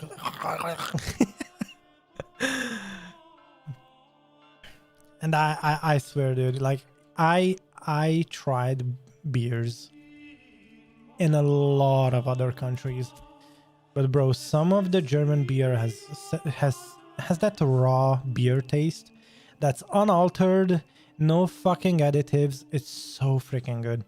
If you ever have the chance, wherever you are in the world, to taste genuine German beer, like even if it's, I don't know, Austrian, German, because usually they have similarities, like they are really good, but you really have to try them. Like that raw, it's not the exported bullshit like stuff that has additives and then it's not regulated and stuff like that. No, you need to try the original, like the good shit, man. Like they were straight from its source, and I swear you're not going to be disappointed. I am not a drinker, so I don't get drunk on beer. It's like I drink it only for the taste, and that's why, maybe it's just me, but that's why probably I appreciate it the most, because I like to try drinks, but I only drink them for the taste of them. For the taste of it. It's not, I like the taste, not the feeling that it gives you, not the drunkardness. Whoops, I bought one. Oops, I did it again. Sometimes you press the button even if you don't want to, you know. It happens, boys. That's the button I wanted to press, but you know, we bought an oxen. It's okay. It's okay. It's quite the same price though, so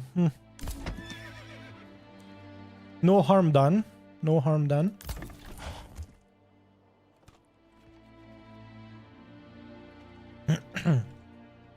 So yeah, so we went to Vienna at around, it wasn't quite Oktoberfest, but a lot of the you could try out some beers, and then man, you have to. It's so tasty. It has that. It has that. I don't know, man. If you usually what are these guys doing? Hello? I don't understand. What are you waiting for? Okay, I'm gonna ignore that. Sure. Let's ignore them, because sometimes the AI does weird shit, but then they get back to their daily work. It's fine. Oh, we need to put down burgage plots. Oh yeah. I almost forgot. I almost forgot, because we need... Yeah, we are going to need like 40 families, so we should probably do it. So, next house. I think that I'm going to put down, of course, a couple of more houses here. We're also going to have to put down like... do we want smithy and bloomery? Ooh. Oh, there are many things that need tools. So, do we have any iron? Oh, we don't have any iron, do we? We do need, at the very beginning, when we upgrade things, some of these require tools. You see one tool, and you have 2 tools for Armorer's Workshop, but we won't be doing Armorer's Workshop, but you understand what I mean. And then maybe some of these require tools. No, it's just stone. Okay, we might be fine. We have 20 tools. We might be fine without having to import anything.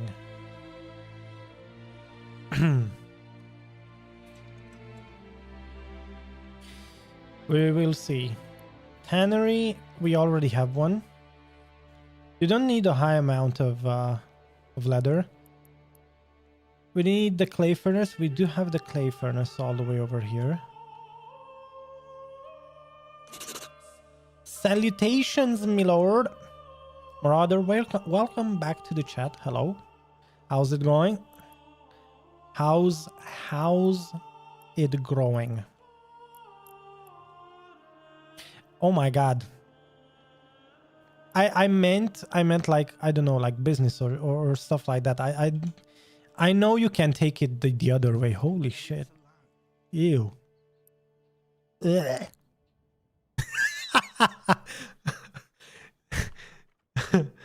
It sounded much better in my mind, and then I said it, you know? That's... You cannot edit shit out in live streaming. Okay.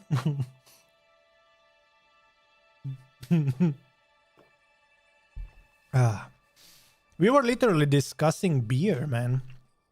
Quite a few moments ago.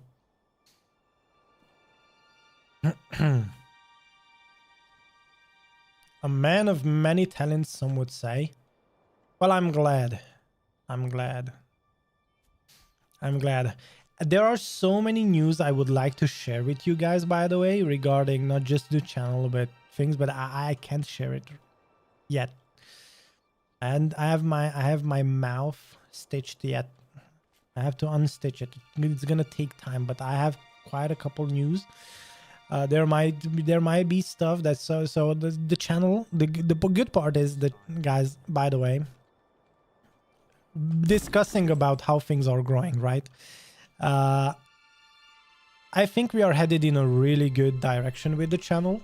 Now, of course, I'm not gonna be like the next IGN or shit like that, but I think we are on a good path, and I couldn't be any more thankful for you guys, for your guys' subscriptions, and I don't know, just tuning in, just watching the content. I don't know. I still am figuring out. So I am a very, I don't know, growth oriented person. And the one thing for me that is really hard to figure out with, oh, we don't have, oh, we need the clay furnace. Yeah, sure. Yeah, okay, let's put the family on the clay furnace. So the one thing that is really hard for me to grasp, as I am, I don't know, growth oriented as an individual, and I like to better myself. With YouTube here and with Twitch, it is really hard to figure out, okay, what am I doing worse? What am I doing better? What is the key, let's say, to success? With any side hustle you guys do, right? I'm sure some of you have side hustles. Some of the time it is hard to figure out, okay, what's working? And sometimes when you don't know what's working, but it's working well, you're like, okay, but why is it working, you know? So right now, I feel like you guys are tuning in. You're I'm excited that you're excited, and I think this is spiraling up. So it's like a snowball, but for part of me is like, okay, but what is working and why, you know? So I don't know how to figure that out, but you know, time will tell. Time will tell. Oblivion was a great pick for the channel too. Tough to balance meta and what you want to play. Well, you know, Manor Lords I enjoy and love to play, but I feel like it's a little bit different in terms of the attitude. Like in Oblivion, there you have like highs and lows. In Manor Lords, you have like a steady medium pace. I don't know if that makes sense. In Oblivion, you have those highs and lows. Like you have those lows where you're traveling and stuff, and you can actually take some time engaging with your people, and then you have those high peaks where you have to concentrate or like focus on the game. And I'm trying to balance it out myself too, to make it more entertaining for you guys as well. So that's a priority, of course, to make it entertaining, because otherwise it's just like me vlogging for myself, you know. Or for my future kids or something. Look at Daddy 10 years ago. He was playing this game. Imagine.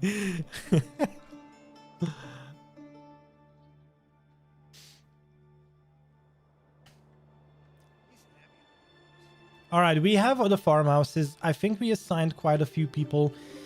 Now we should be closing in on the ability to start farming. Now for that, of course, we need the timber. Can we upgrade the church yet? No. Don't we have the furnace already working? Huh. I think we have a couple no roof tiles yet. Interesting. Did we upgrade the... Yeah, we did upgrade the storehouse, but no one's...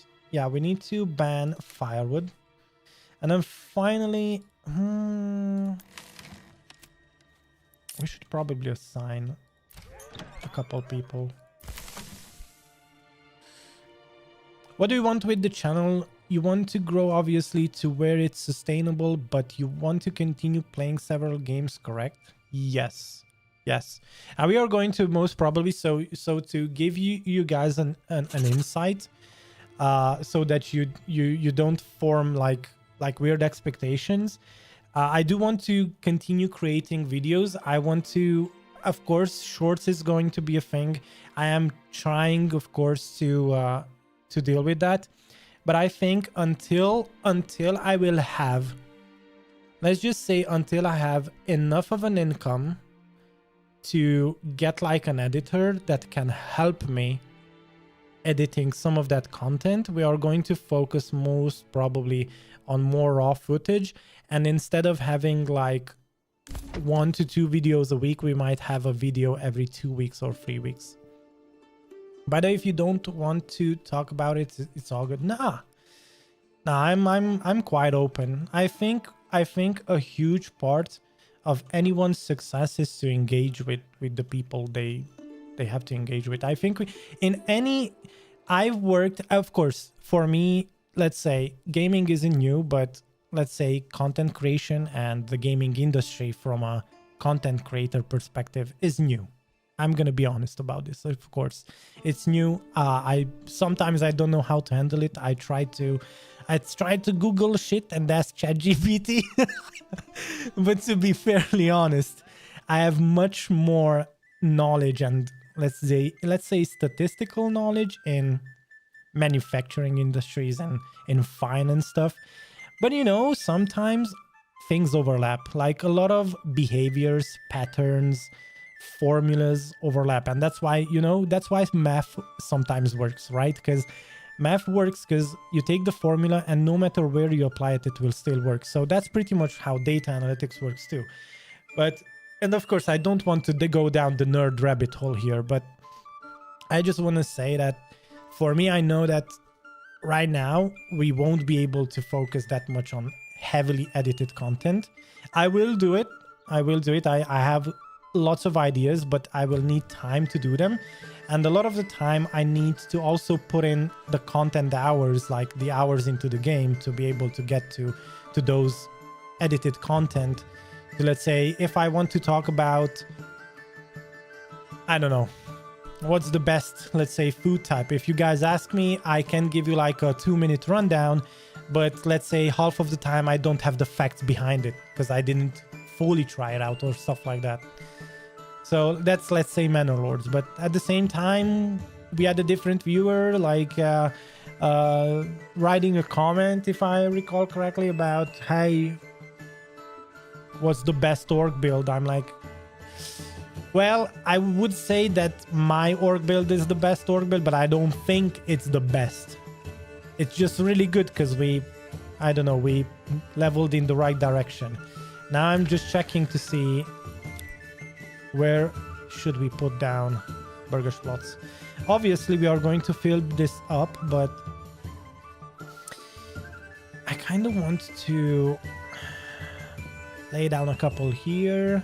So we have 20 more burger slots that we can put down.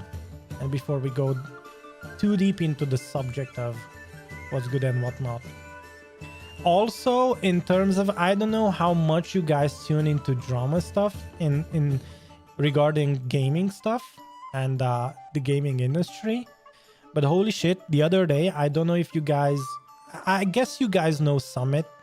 I guess you might know Shroud, maybe, because the gaming community revolves around all the games, not just Manor Lords and RTS. But the other day, my guy Dr. Lupo, who has like almost 2 million subscribers on YouTube, was caught cheating in chess, and he's like he's like a really popular Tarkov streamer, and the internet split into like two groups from my perspective.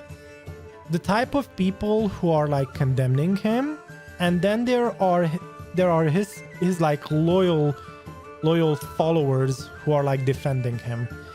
And I don't know if that's a good thing, because no matter how much you like me, like honestly, like if I would be the type of content creator that would use cheating as a means to get to get to success, my moral compass would say that if you'd ever catch me doing that, you should probably just cancel me, right?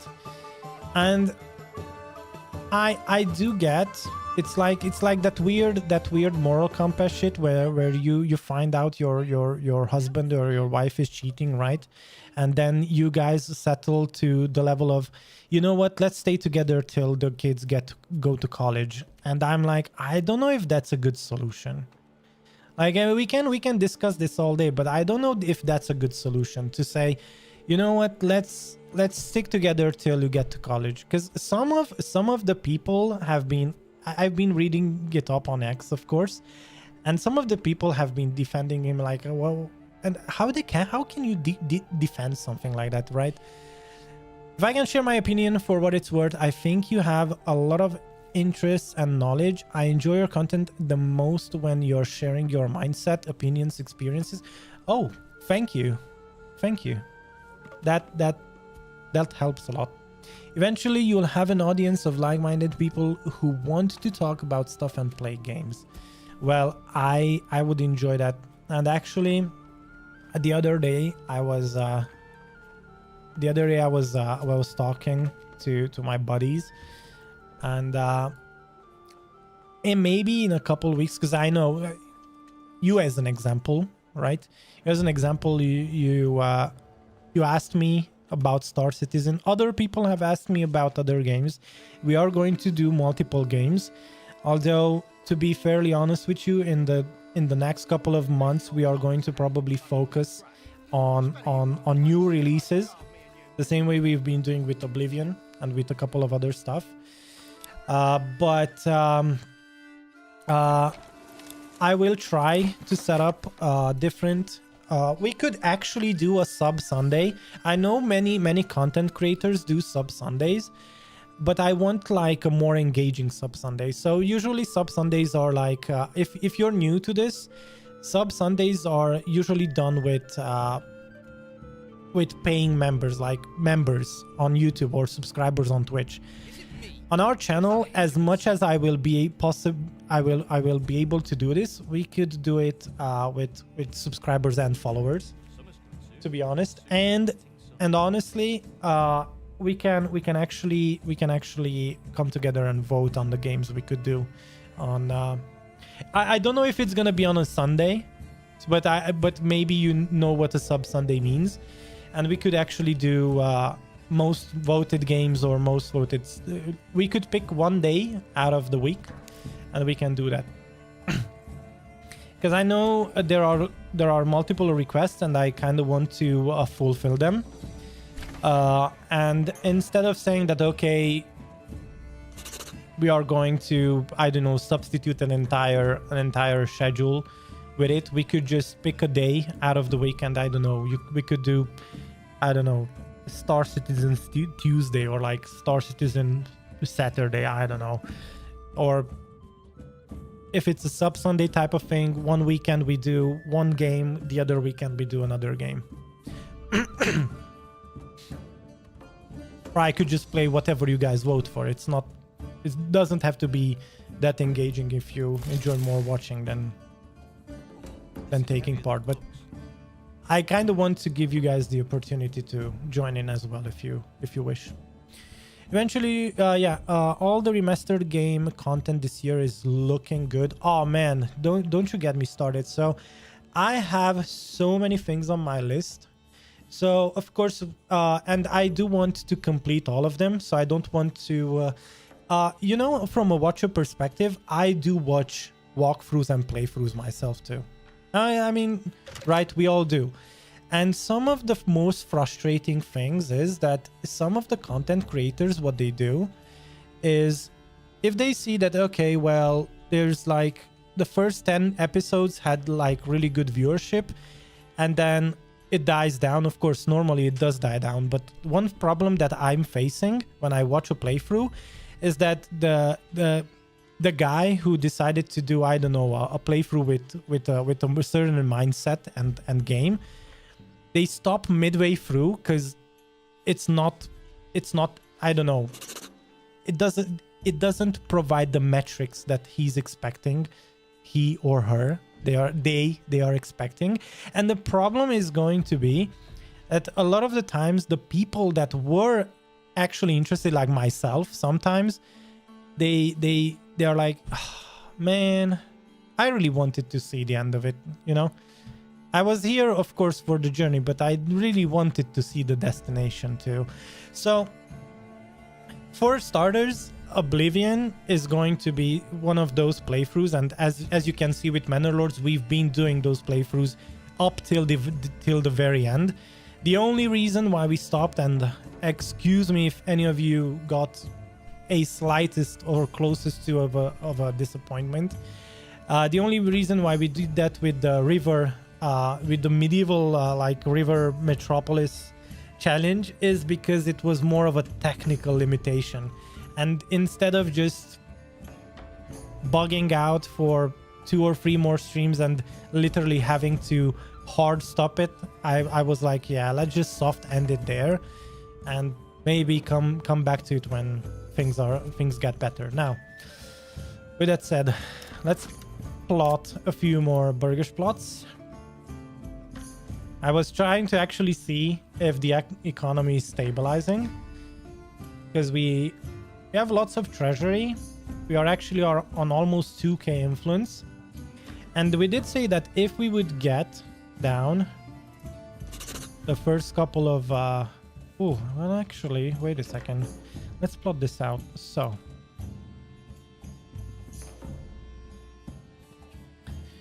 kinda... yeah. Should be good.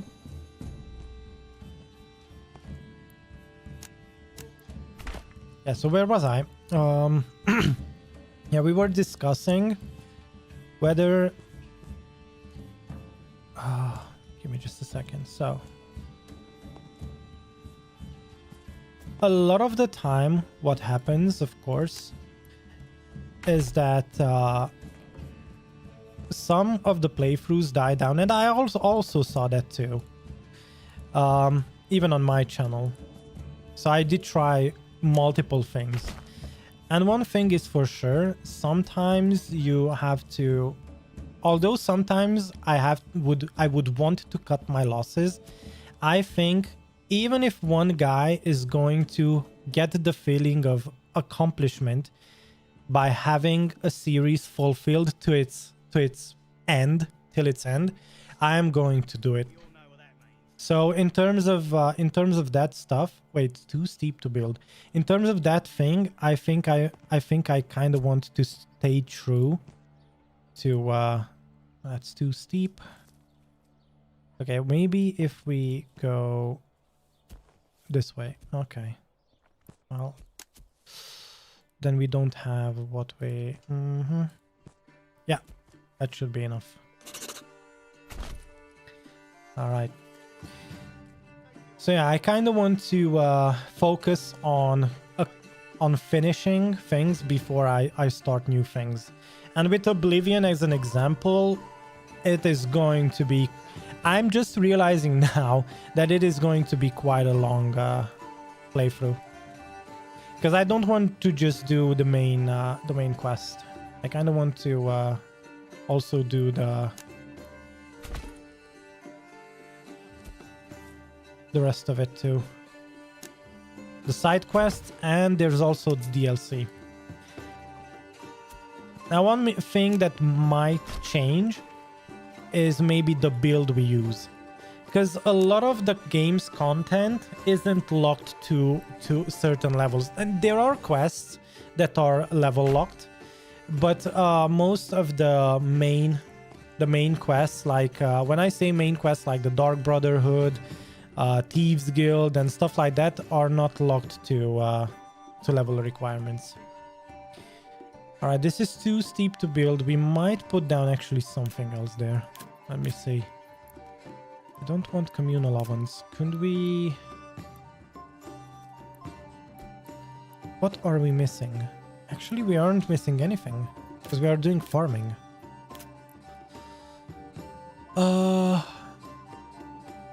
This is where Discord starts to get handy. You can create all those channels for people to drop their ideas, etc. I really enjoy the Manor Lords challenges too. Yeah, we are going to do many challenges. Although I don't want... you see, the Discord I am looking into. So it is like a side thing that I'm constantly like trying to figure out to make it optimal. Oh, one thing I could do is do this. And that would fill in that blank. Oh my god, that's... Oh, that's sexy. Yes, let's do that.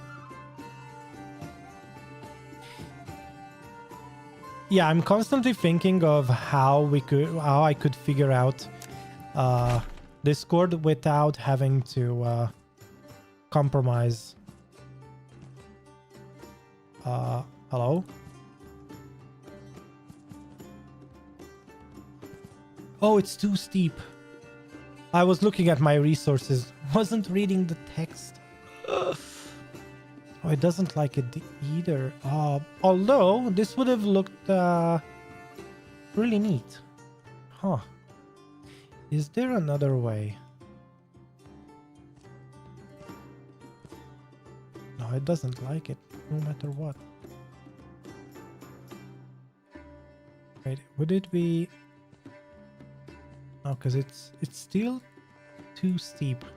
Well, we might leave it like that. Maybe a granary, maybe a storehouse. Would that fit? Let's say. Yeah. Oh, it's too steep for a house, but it's not too steep for a granary. Wow, double standards game. Double standards, dude. What the... Look at this. Ay, ay, ay. Ay, ay, ay. Okay.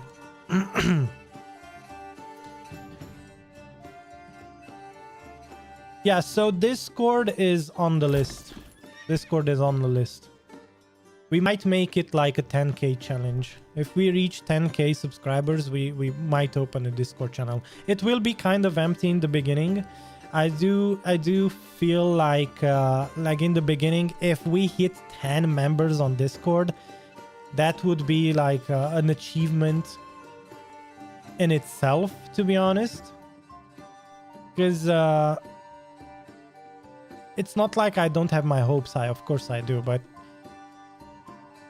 most viewers are lurkers, right? So, and I don't condone that. It's, don't get me wrong. I think lurkers are best.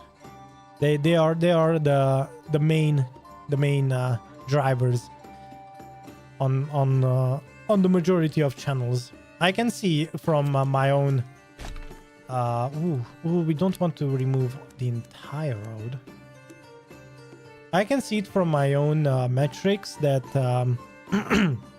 most of the viewers on YouTube tune in as to watch the VOD. And I appreciate it, guys, by the way. Like, I think we hit 1.3k views on the first episode of this playthrough, and honestly I thought we wouldn't hit more than a couple hundred views. Like, that was for me, that was an achievement. And I know you're going to say, yeah, but other videos are like 100k views. Like, okay, sure. I'm not comparing myself to others. I'm comparing myself to, I don't know, to what I was like, I don't know, a couple months ago. Because if I would constantly compare myself like that, I would probably burn myself out with too high expectations. Like, I think if you ever start a project in life and you want to do something big, break those big projects down. And this is okay. So you're going to listen to this and you're going to say, oh my god, that's too much to follow. But trust me, from a guy that has been doing both project and product management too. First thing every project manager usually does, and maybe if you guys, if any other project managers are out there, you will be like, bro, first off, you always break down your big project into smaller granular projects or milestone or objectives that you can actually put a metric upon. Yeah, so you need to be able to track it. And for me, I look at YouTube as a side hustle. So it started out, and it is still looking like a really good side hustle. It looks like a personal project. I enjoy doing this because it's literally, instead of me just going into Manor Lords doing this on my own without without it being on stream. Why not do it on stream and actually have a laugh, have a good chat with you guys? And yeah, you've been watching me actually speak for the past couple of minutes because I wasn't able to focus on building. Let me just take a minute. So we did say we would, yeah, we have this, and then we have a couple more spaces here. Let me just put this down and we can continue. In the meantime, if you have anything to add to it, feel free. If you have any thoughts on the matter, on the subject, I'm happy to read them. Let's you know what, no, that was me clicking the wrong button, but we kind of need some houses here, don't we? Oh, it doesn't like it. Why? Oh, I could do this. Oh my god, this is amazing. Good, awesome. Nope. So the way you do it is usually normally you just put this first down. No. Oh, actually, because the road is tilting that way. Yeah. Okay, that's good. So the idea is, if you have a small space, to not make it wider than the area you want to put your house down in. So normally I just make it this wide, and then we just go all the way this way. And almost, wait. Oh, there we go. And then now we could go at it from this angle, and it's gonna say we don't have enough goods. Really? Oh yeah, zero logs, no problem. Yeah, so I think one of the best things that you can do is break down your objectives and projects, and you're going to unburden yourself.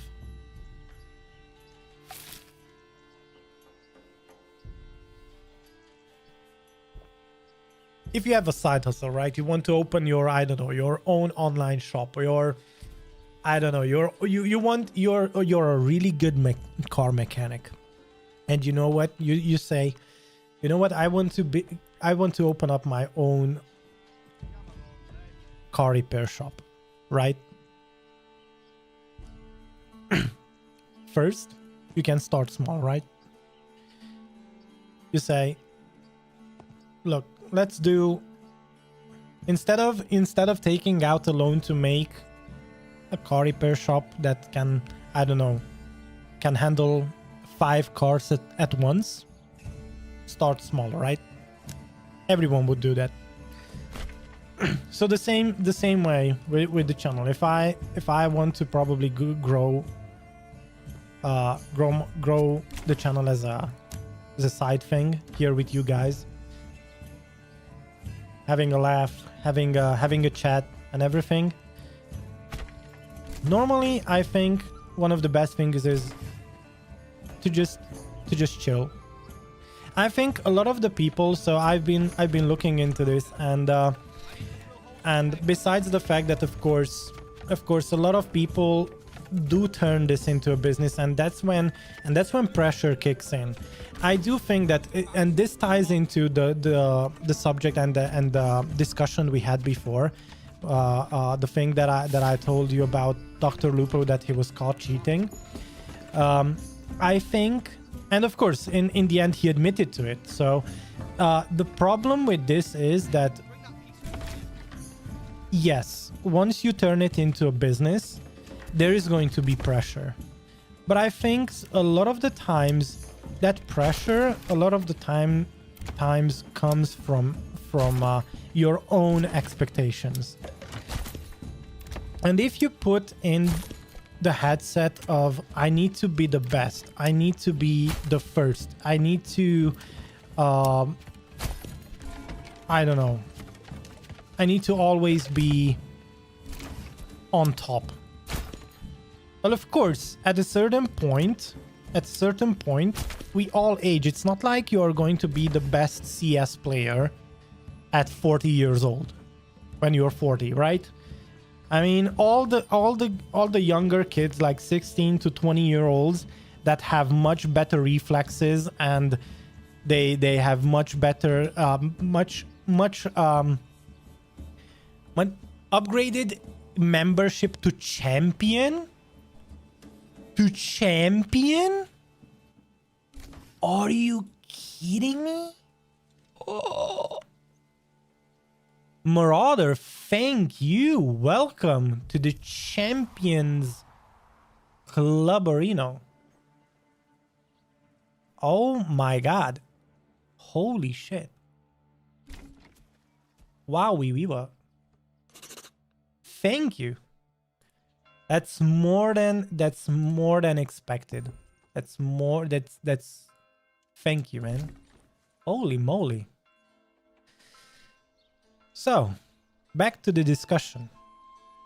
So I think if you put your expectations too high on, if you put too much of a pressure on yourself, and I used to do that.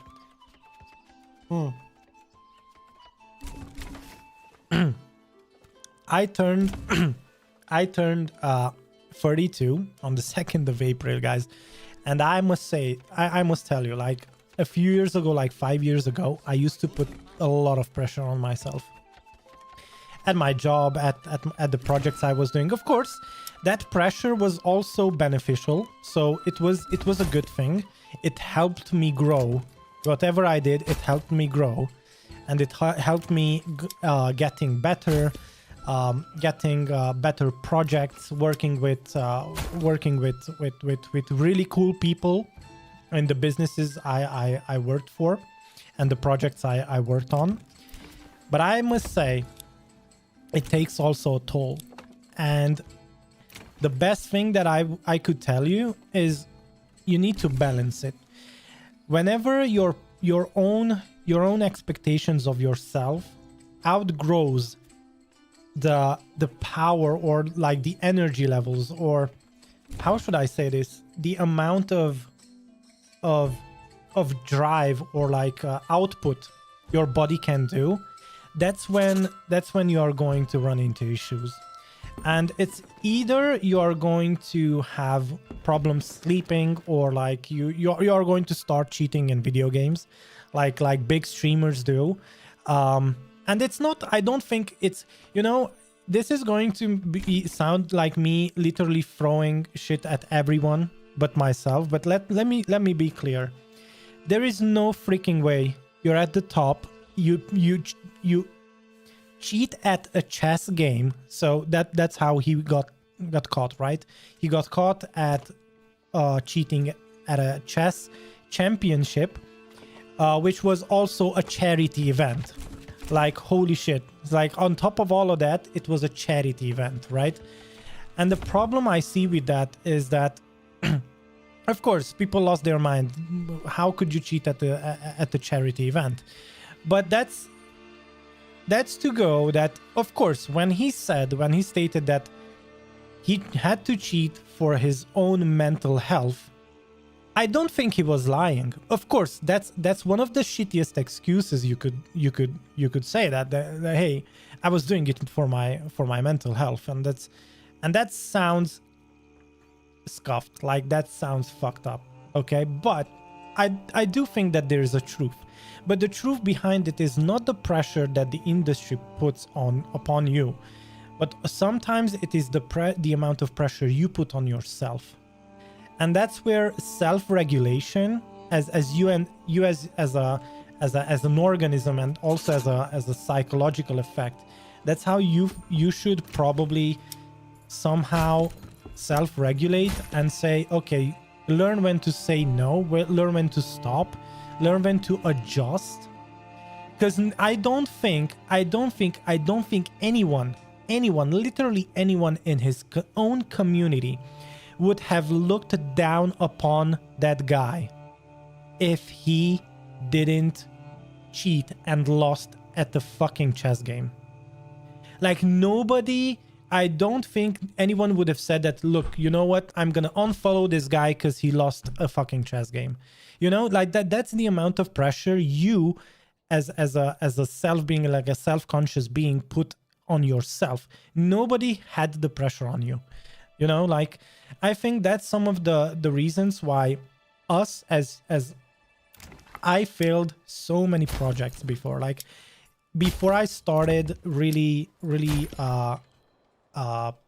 winning in projects, like successfully delivering them and even sometimes deliver them before the deadline and be like, okay, this is going really well. I had to fail a couple times. And even when you're the best, sometimes you will still fail. It's not, you don't, let's say once you feel like, okay, this is my top game, this is my top of the curve, I don't think you should, maybe he's self-sabotaged, maybe, yeah, but I don't think you should put the pressure on yourself. At a certain point, all of us, I don't know, maybe when we reach like 40 years old, right? 40, 45, I don't know what I don't know what age I am going to have, let's say that midlife crisis when you realize, okay, from here onwards, I'm going to probably get wiser, but I'm going to start losing my energy, my momentum. It's not going to be the same from here on out. But you know what? I think life has a wonderful way of regulating. Okay, maybe I take some of the things away, but I'm going to give some other stuff. Like, okay, I don't feel like I'm at 32. It's not like I can go and party every night like I was at 2021, right? We all did. We all went out, right? But at the same time, right now I feel much wiser, much smarter than I was at 20. So you know, I think at every point you need to learn to let go, I think.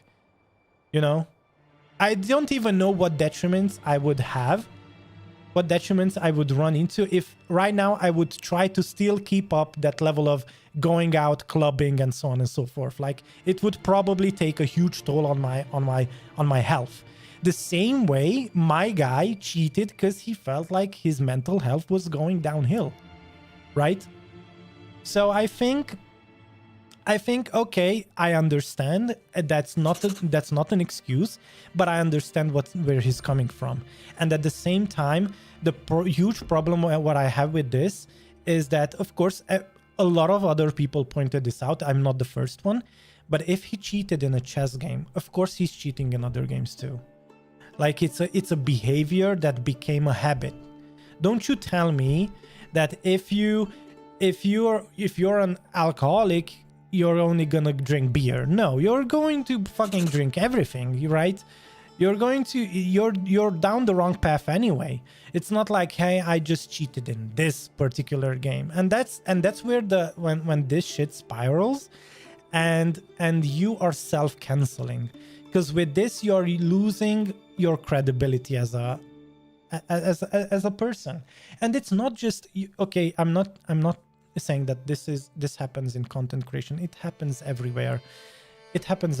I used to interview people for positions and jobs, and some people would have like half-baked resumes that half of it were true, but the other half, you know, sometimes you're reading stuff that are like, yeah, maybe only half of it is true, right? So I'm not trying to berate anyone, but you know, sometimes. And of course, what is the length, right? What is the length to which you go? So I think it is important to bear in mind that if you feel like you're overwhelmed, a lot of the times it's because you might be the one that puts the pressure on yourself. And I used to do that. So I admit it. I had moments where I put so much pressure on myself that I would burn out. And after I burnt out, I felt like, okay, well, I did this project for a year. Now I'm going to stop, and maybe I'll probably need like 3 to 4 months of doing nothing to just recover my mental health. Because it wasn't necessarily the amount of work that was eating at my mental health. It was the pressure building up inside me. So if you feel the same way, or like even remotely, you can even remotely relate to this, just like I'm talking from my own experience. So it's not worth the toll it takes.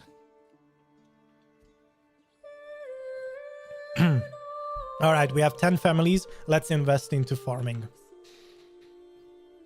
So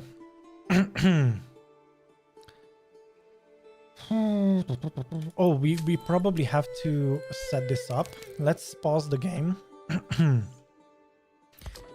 We are going to have a windmill guy.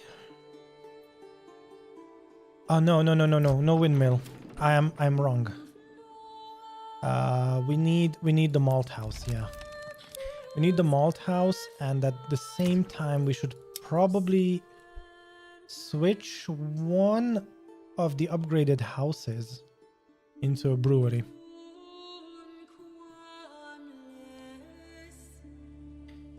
Which one should be the brewery? Oh, we did say that this would be a good candidate, because this can get some extension too. Yeah. Although, yeah, you know what? Let's turn this into a brewery. And we have a second one here, so let's turn these two into breweries. That's going to be... Sure. 7 families left. We have one malt house guy. Ooh, that's gonna be harsh. So let's check once again. We have the barley. So the barley land... Barley. Flax... Emmer. Emmer is everything. Emmer is life. We need that, but first... oh, this is the flax one, wasn't it? Yeah. Barley. You know what? Let's start here. Barley. We are going to do crop rotation with... it would be so cool to be able to see what's next over here. Oh, flax and... oh, actually, it states over here, yeah. So wheat and flax is the same. You know what? Sure. Let's go flax. Alright, that's gonna be barley. Then we have wheat, barley. Wait, wheat. Sure. Barley. Wheat. And the fallow ear. Now that fallow ear is going to be harsh, because right now we are setting it up the wrong way, but we are going to alternate. And the way we are going to alternate is this. Wheat, flax, fallow, flax, wheat, fallow, fallow, wheat, flax, and then we are going to have fallow, flax, wheat, and then for the first year, let's do flax again. Wait, wheat, and then fallow. Oh, no, actually, fallow, wheat. There we go. Yeah, that should be good enough.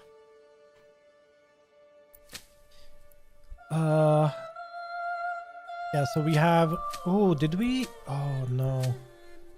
Okay, let's put this fallow. Let's do flax here. There we go.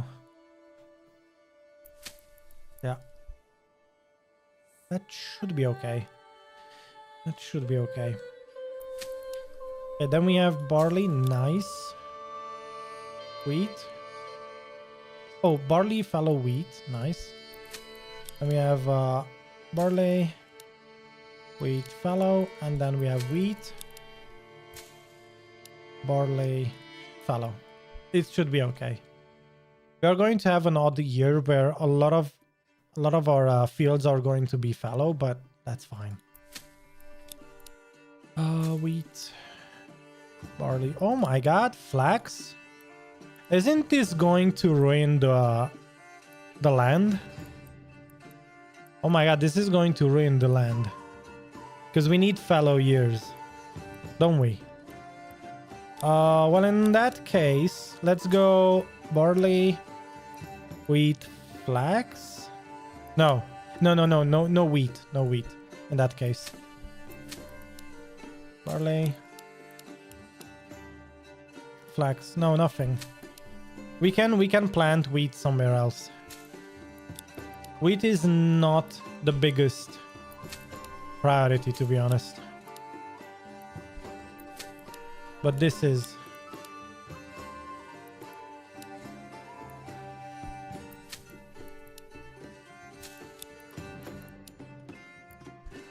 Yeah, that should be okay. The barley is going to enable us to upgrade to small, medium, and large town. That's why I prioritize it over the wheat. Because right now, what we are missing is the ale to be able to upgrade. So let's go with yours truly. Barley and then flax. Oh no, that's okay. And then finally barley. Let's do double barley here. I mean, but that's not the best usually. We are going to try it out. I kind of want to mix them. See what happens. See what happens, because this is going to be all flax, isn't it? Let's do flax. And then fallow, and then probably wheat. Flax, wheat, fallow, sure. Then wheat, flax, fallow, wheat, fallow, flax, yeah. Then wheat, flax, fallow. Good. We don't need that much flax right now at the beginning, but we are going to need lots of wheat. So the fact that we have 1, 2, 3, 4, 5 Morgan doing wheat, and the rest is going to be mostly barley, that is kind of okay. We are not going to export right now the ale. We are going to hold on to it to be able to upgrade everything. As you can see, the church is up. We have a secondary church over here, which is going to stay like this for the time being. We are not going to upgrade this one. We don't need to. But we do need to start upgrading some of these houses to the next level, for which we need an additional clothing type. So some of this will need to be upgraded, to modify it actually. We don't need to upgrade it. We need to modify it into a cobbler's workshop. And we also need to get more piggies. We keep forgetting about buying the pigs because it doesn't show up.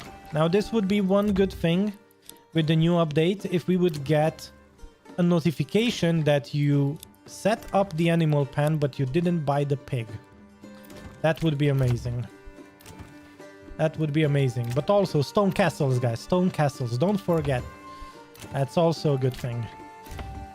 Oh, and then oh my god, okay. I did not pay attention to this. Serves me right. Now we have 35 occupied. No, constructed. 35 constructed. Oh no. We have 5 houses left to build. That's not good. Didn't we say we have a maximum of 40?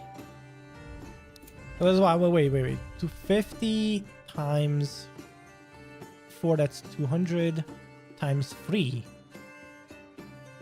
Yeah, times 3 is 1.2k.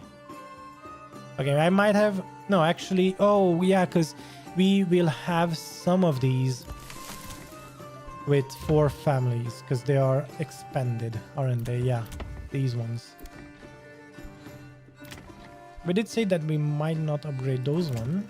into 4 family households, but yeah. Okay. So did we... Okay, let's get the cobbler's workshop. Where should the cobbler's workshop be? Probably here. Let's get it. There we go. There we go.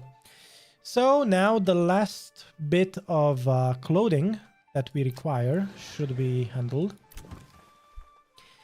Now we might remove this marketplace and make it much smaller and have more market stalls here.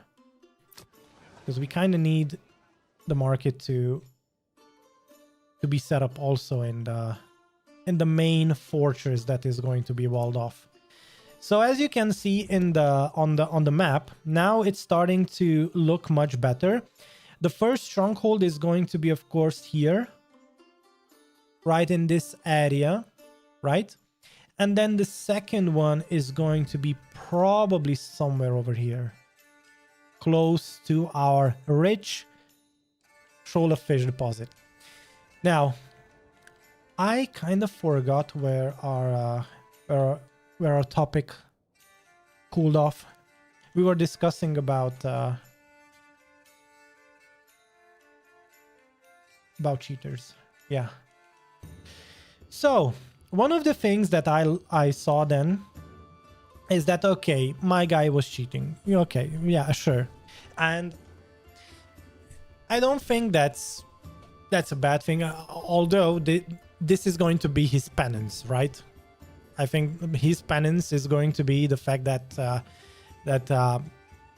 just like whenever something controversial happened to Dr. Disrespect, things got a little bit heated, and then things cooled off, and things at a certain point went back to normal. It means that my guy can... I think you can always recover if you truly regret what you did. Although for that you would have to show some regret. And that's one of the things that my guys actually were so pissed about, that he made an apology video in which he did not show any fucking remorse. And that was... yeah. That made things even worse. Like, if it's just like watching a kid, right? You ask them, you tell them, hey, you need to tell the other guy that you hit or whatever, that you're sorry, that you regret it, and so on. And then that kid walks up with an arrogant face and says, you know what, I'm sorry. I'm like, yeah, that's not gonna help the case. I don't think that's gonna help the case, dude. To be honest. And but for me at that very moment, I felt like, okay, wait a second. I must not be the only guy who asks himself if this guy is cheating in Tarkov. And Tarkov, of course, a lot of people are cheating in PvP games, but I'm looking at from the glance of, bro, you're not setting a good example for the entire community. Because if you are cheating at the level at which people believe that you are like an image of the community, how many other people cheat? Because there's no way, if you have the statistics of a pro player but you're actually cheating, so you're not a pro player, how many other players and content creators do the same thing? And I don't really want for this entire stream to become this one subject or this one topic of discussion, but honestly, the one thing that I am not necessarily surprised or disappointed about, but I'm concerned in like a neutral way, is that if people set the wrong example and have been setting the wrong example, but at smaller level, like you always see this like, oh my god, X or Y guy got caught cheating, whatever, they got banned, blah blah blah. But the fact is that if you're setting this example the same way, like I would never like that, like if I would even get a quote of or like an offer of getting sponsored for certain things that I do not believe in, I wouldn't do them so that I do not influence other people doing it. Now the problem is that even now the community looked like a lot of the players were cheating because they had always that weird ass fucking argument, but the other guy does it too, which is I think one of the weakest most weirdest things for why you would cheat. But let's just think about it from the other perspective, right? If you set this example, it's only gonna make it worse. Like if I would preach to you every freaking day that look, drugs are bad, and in 3 years time you would catch me drugged or like high on stream, it would be like, yeah, but what? You know, like it would be like, bro, but I believed what you were saying. Like, how could you do this? You know, I don't know, man. It's just an interesting topic that I usually think about. That it is very important if you believe in certain virtues or certain things, or more, if you have a moral code, it's gonna and other people rally around you, as because people don't understand that the word influencer influences people. So what you do is going to set an example for other people to do. And that's why probably even if they would send me tons of dozens, hundreds of thousands, maybe millions of dollars, I could never promote stuff I do not believe or use myself in. Like, just imagine it this way, like when you see that some sponsorships are like rallying around, I don't know, so here's one thing I do not believe in, and you, of course, everyone's entitled to their own opinion. This is my opinion. Like, if I want to drink a caffeinated drink, right, and I think about my health as a 32-year-old guy, right, I would probably drink green tea or like teas or coffee, and sometimes on an occasion maybe like a cola, right? But I would never go to the extent of doping in constantly high level energy drinks and with dozens and hundreds of chemicals in them, and also promote it to everyone to do the same. I probably wouldn't do that. And I think I am a data analyst, and I look and beyond that, I worked a lot in financial analytics, and I can safely tell you that the people that usually take up sponsorships, and this is, of course, we are talking about a different industry, but I think the people that take up those sponsorships where they have to literally sell themselves out are the people that at a certain point don't know where to stop. It's like it's never enough. And that's another thing that we might touch upon maybe the next time, guys, because we are literally headed towards the 3-hour mark. Holy moly, 3 hours flew past like there's no tomorrow. Holy shit, that's amazing. 3 hours went past so fast. But look at the stronghold. It's almost finished. I am quite proud. In 3 hours time we set this up. Of course, we are waiting for families to move in. But we could actually maybe start. Oh wait, did we assign the number of oxen that we would want? Did we tell him how many to import? I don't think we did. So we need usually like a couple oxen for buildings, and then we should probably count the number. Oh, I think we have 10 farmhouses, so we could have a total of like 20 oxen. Nah, that's 14. Wait, why do we have 9? How did we say? Oh, I bought one. We used to have 8, and then we bought one by mistake. That's fine. Let's what's the maximum? 30? Okay. If it's 30, then let's do 26, right? Yeah, let's do 26.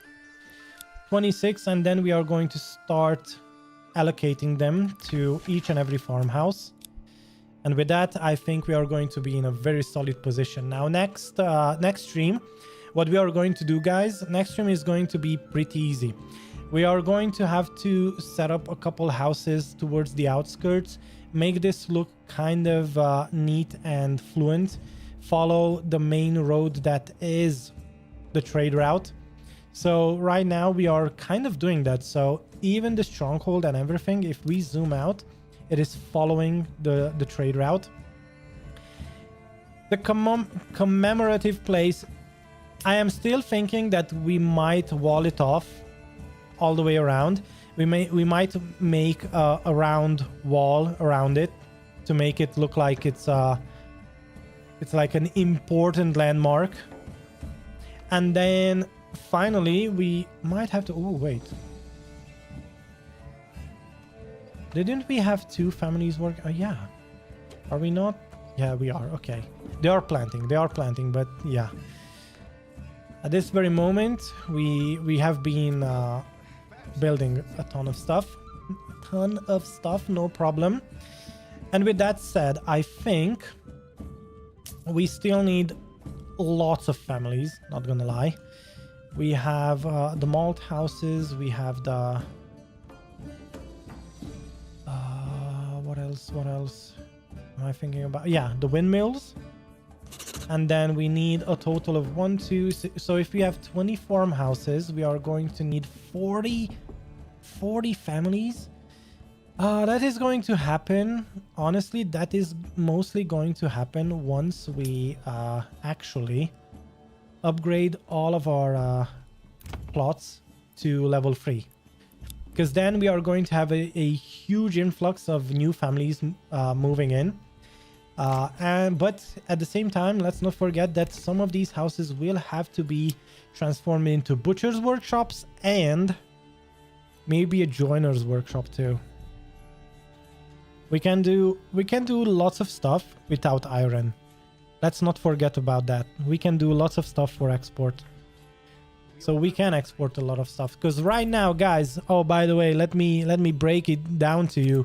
Our biggest export is, of course, charcoal. We have been exporting some planks, but look at this. Look at the amount of charcoal we exported today. Holy moly. Oh boy. Oh man. The bread and butter of Manor Lords, charcoal. Best investment ever.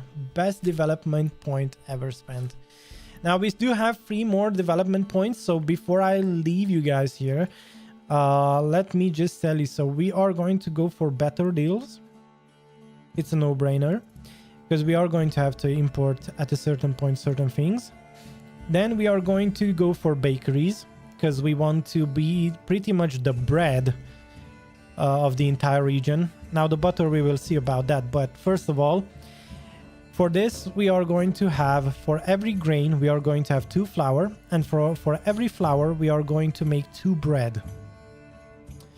So 1 grain turns into 4 bread, which means that all of our 4 provinces, which is districts in our case, are going to use bread as one of their food source. The second one, of course, is going to be veggies. As you can see, by the way, we only have this amount of veggie plots, and we are already on 700 vegetables. I think there's nothing better than veggie gardens, really. And you can see that I didn't even try to make these big. Like, you can literally see that we were trying to go really conservative with the amount of land we allocate to these veggie plots. Not gonna lie. So honestly, this is amazing. And of course, we are going to have some more veggie plots because we are going to try and export them. So the next couple of houses that are going towards the extremities here of the region, because we are going to want to somewhat unite lots of these places. That's where we are going to set up some more veggie gardens. So we want to make it look very neat and cute. But that's going to have to happen next time, which is going to be, let me just tell you so that you guys know, when the next stream is for Manor Lords. The next stream is on 8th of May. 8th of May. Yeah. Which is what date is today? Yeah, 5th. Is that Thursday? I think it's Thursday. Yeah. So next one is Thursday, and finally, so next one is Thursday, and tomorrow we are going to continue our Oblivion playthrough. Now, it was so that yesterday we should have had a stream, and today we should have had another Oblivion stream, but I was actually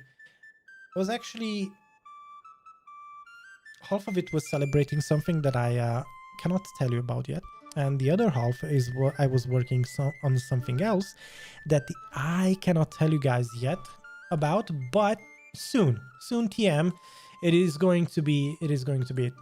So with that said, thank you for tuning in, thank you for being here, thank you to Marauder for becoming a true champion of the light. All right, thank you. It's a huge support, and hopefully we will go from here next time. I'll see you next time. Bye bye.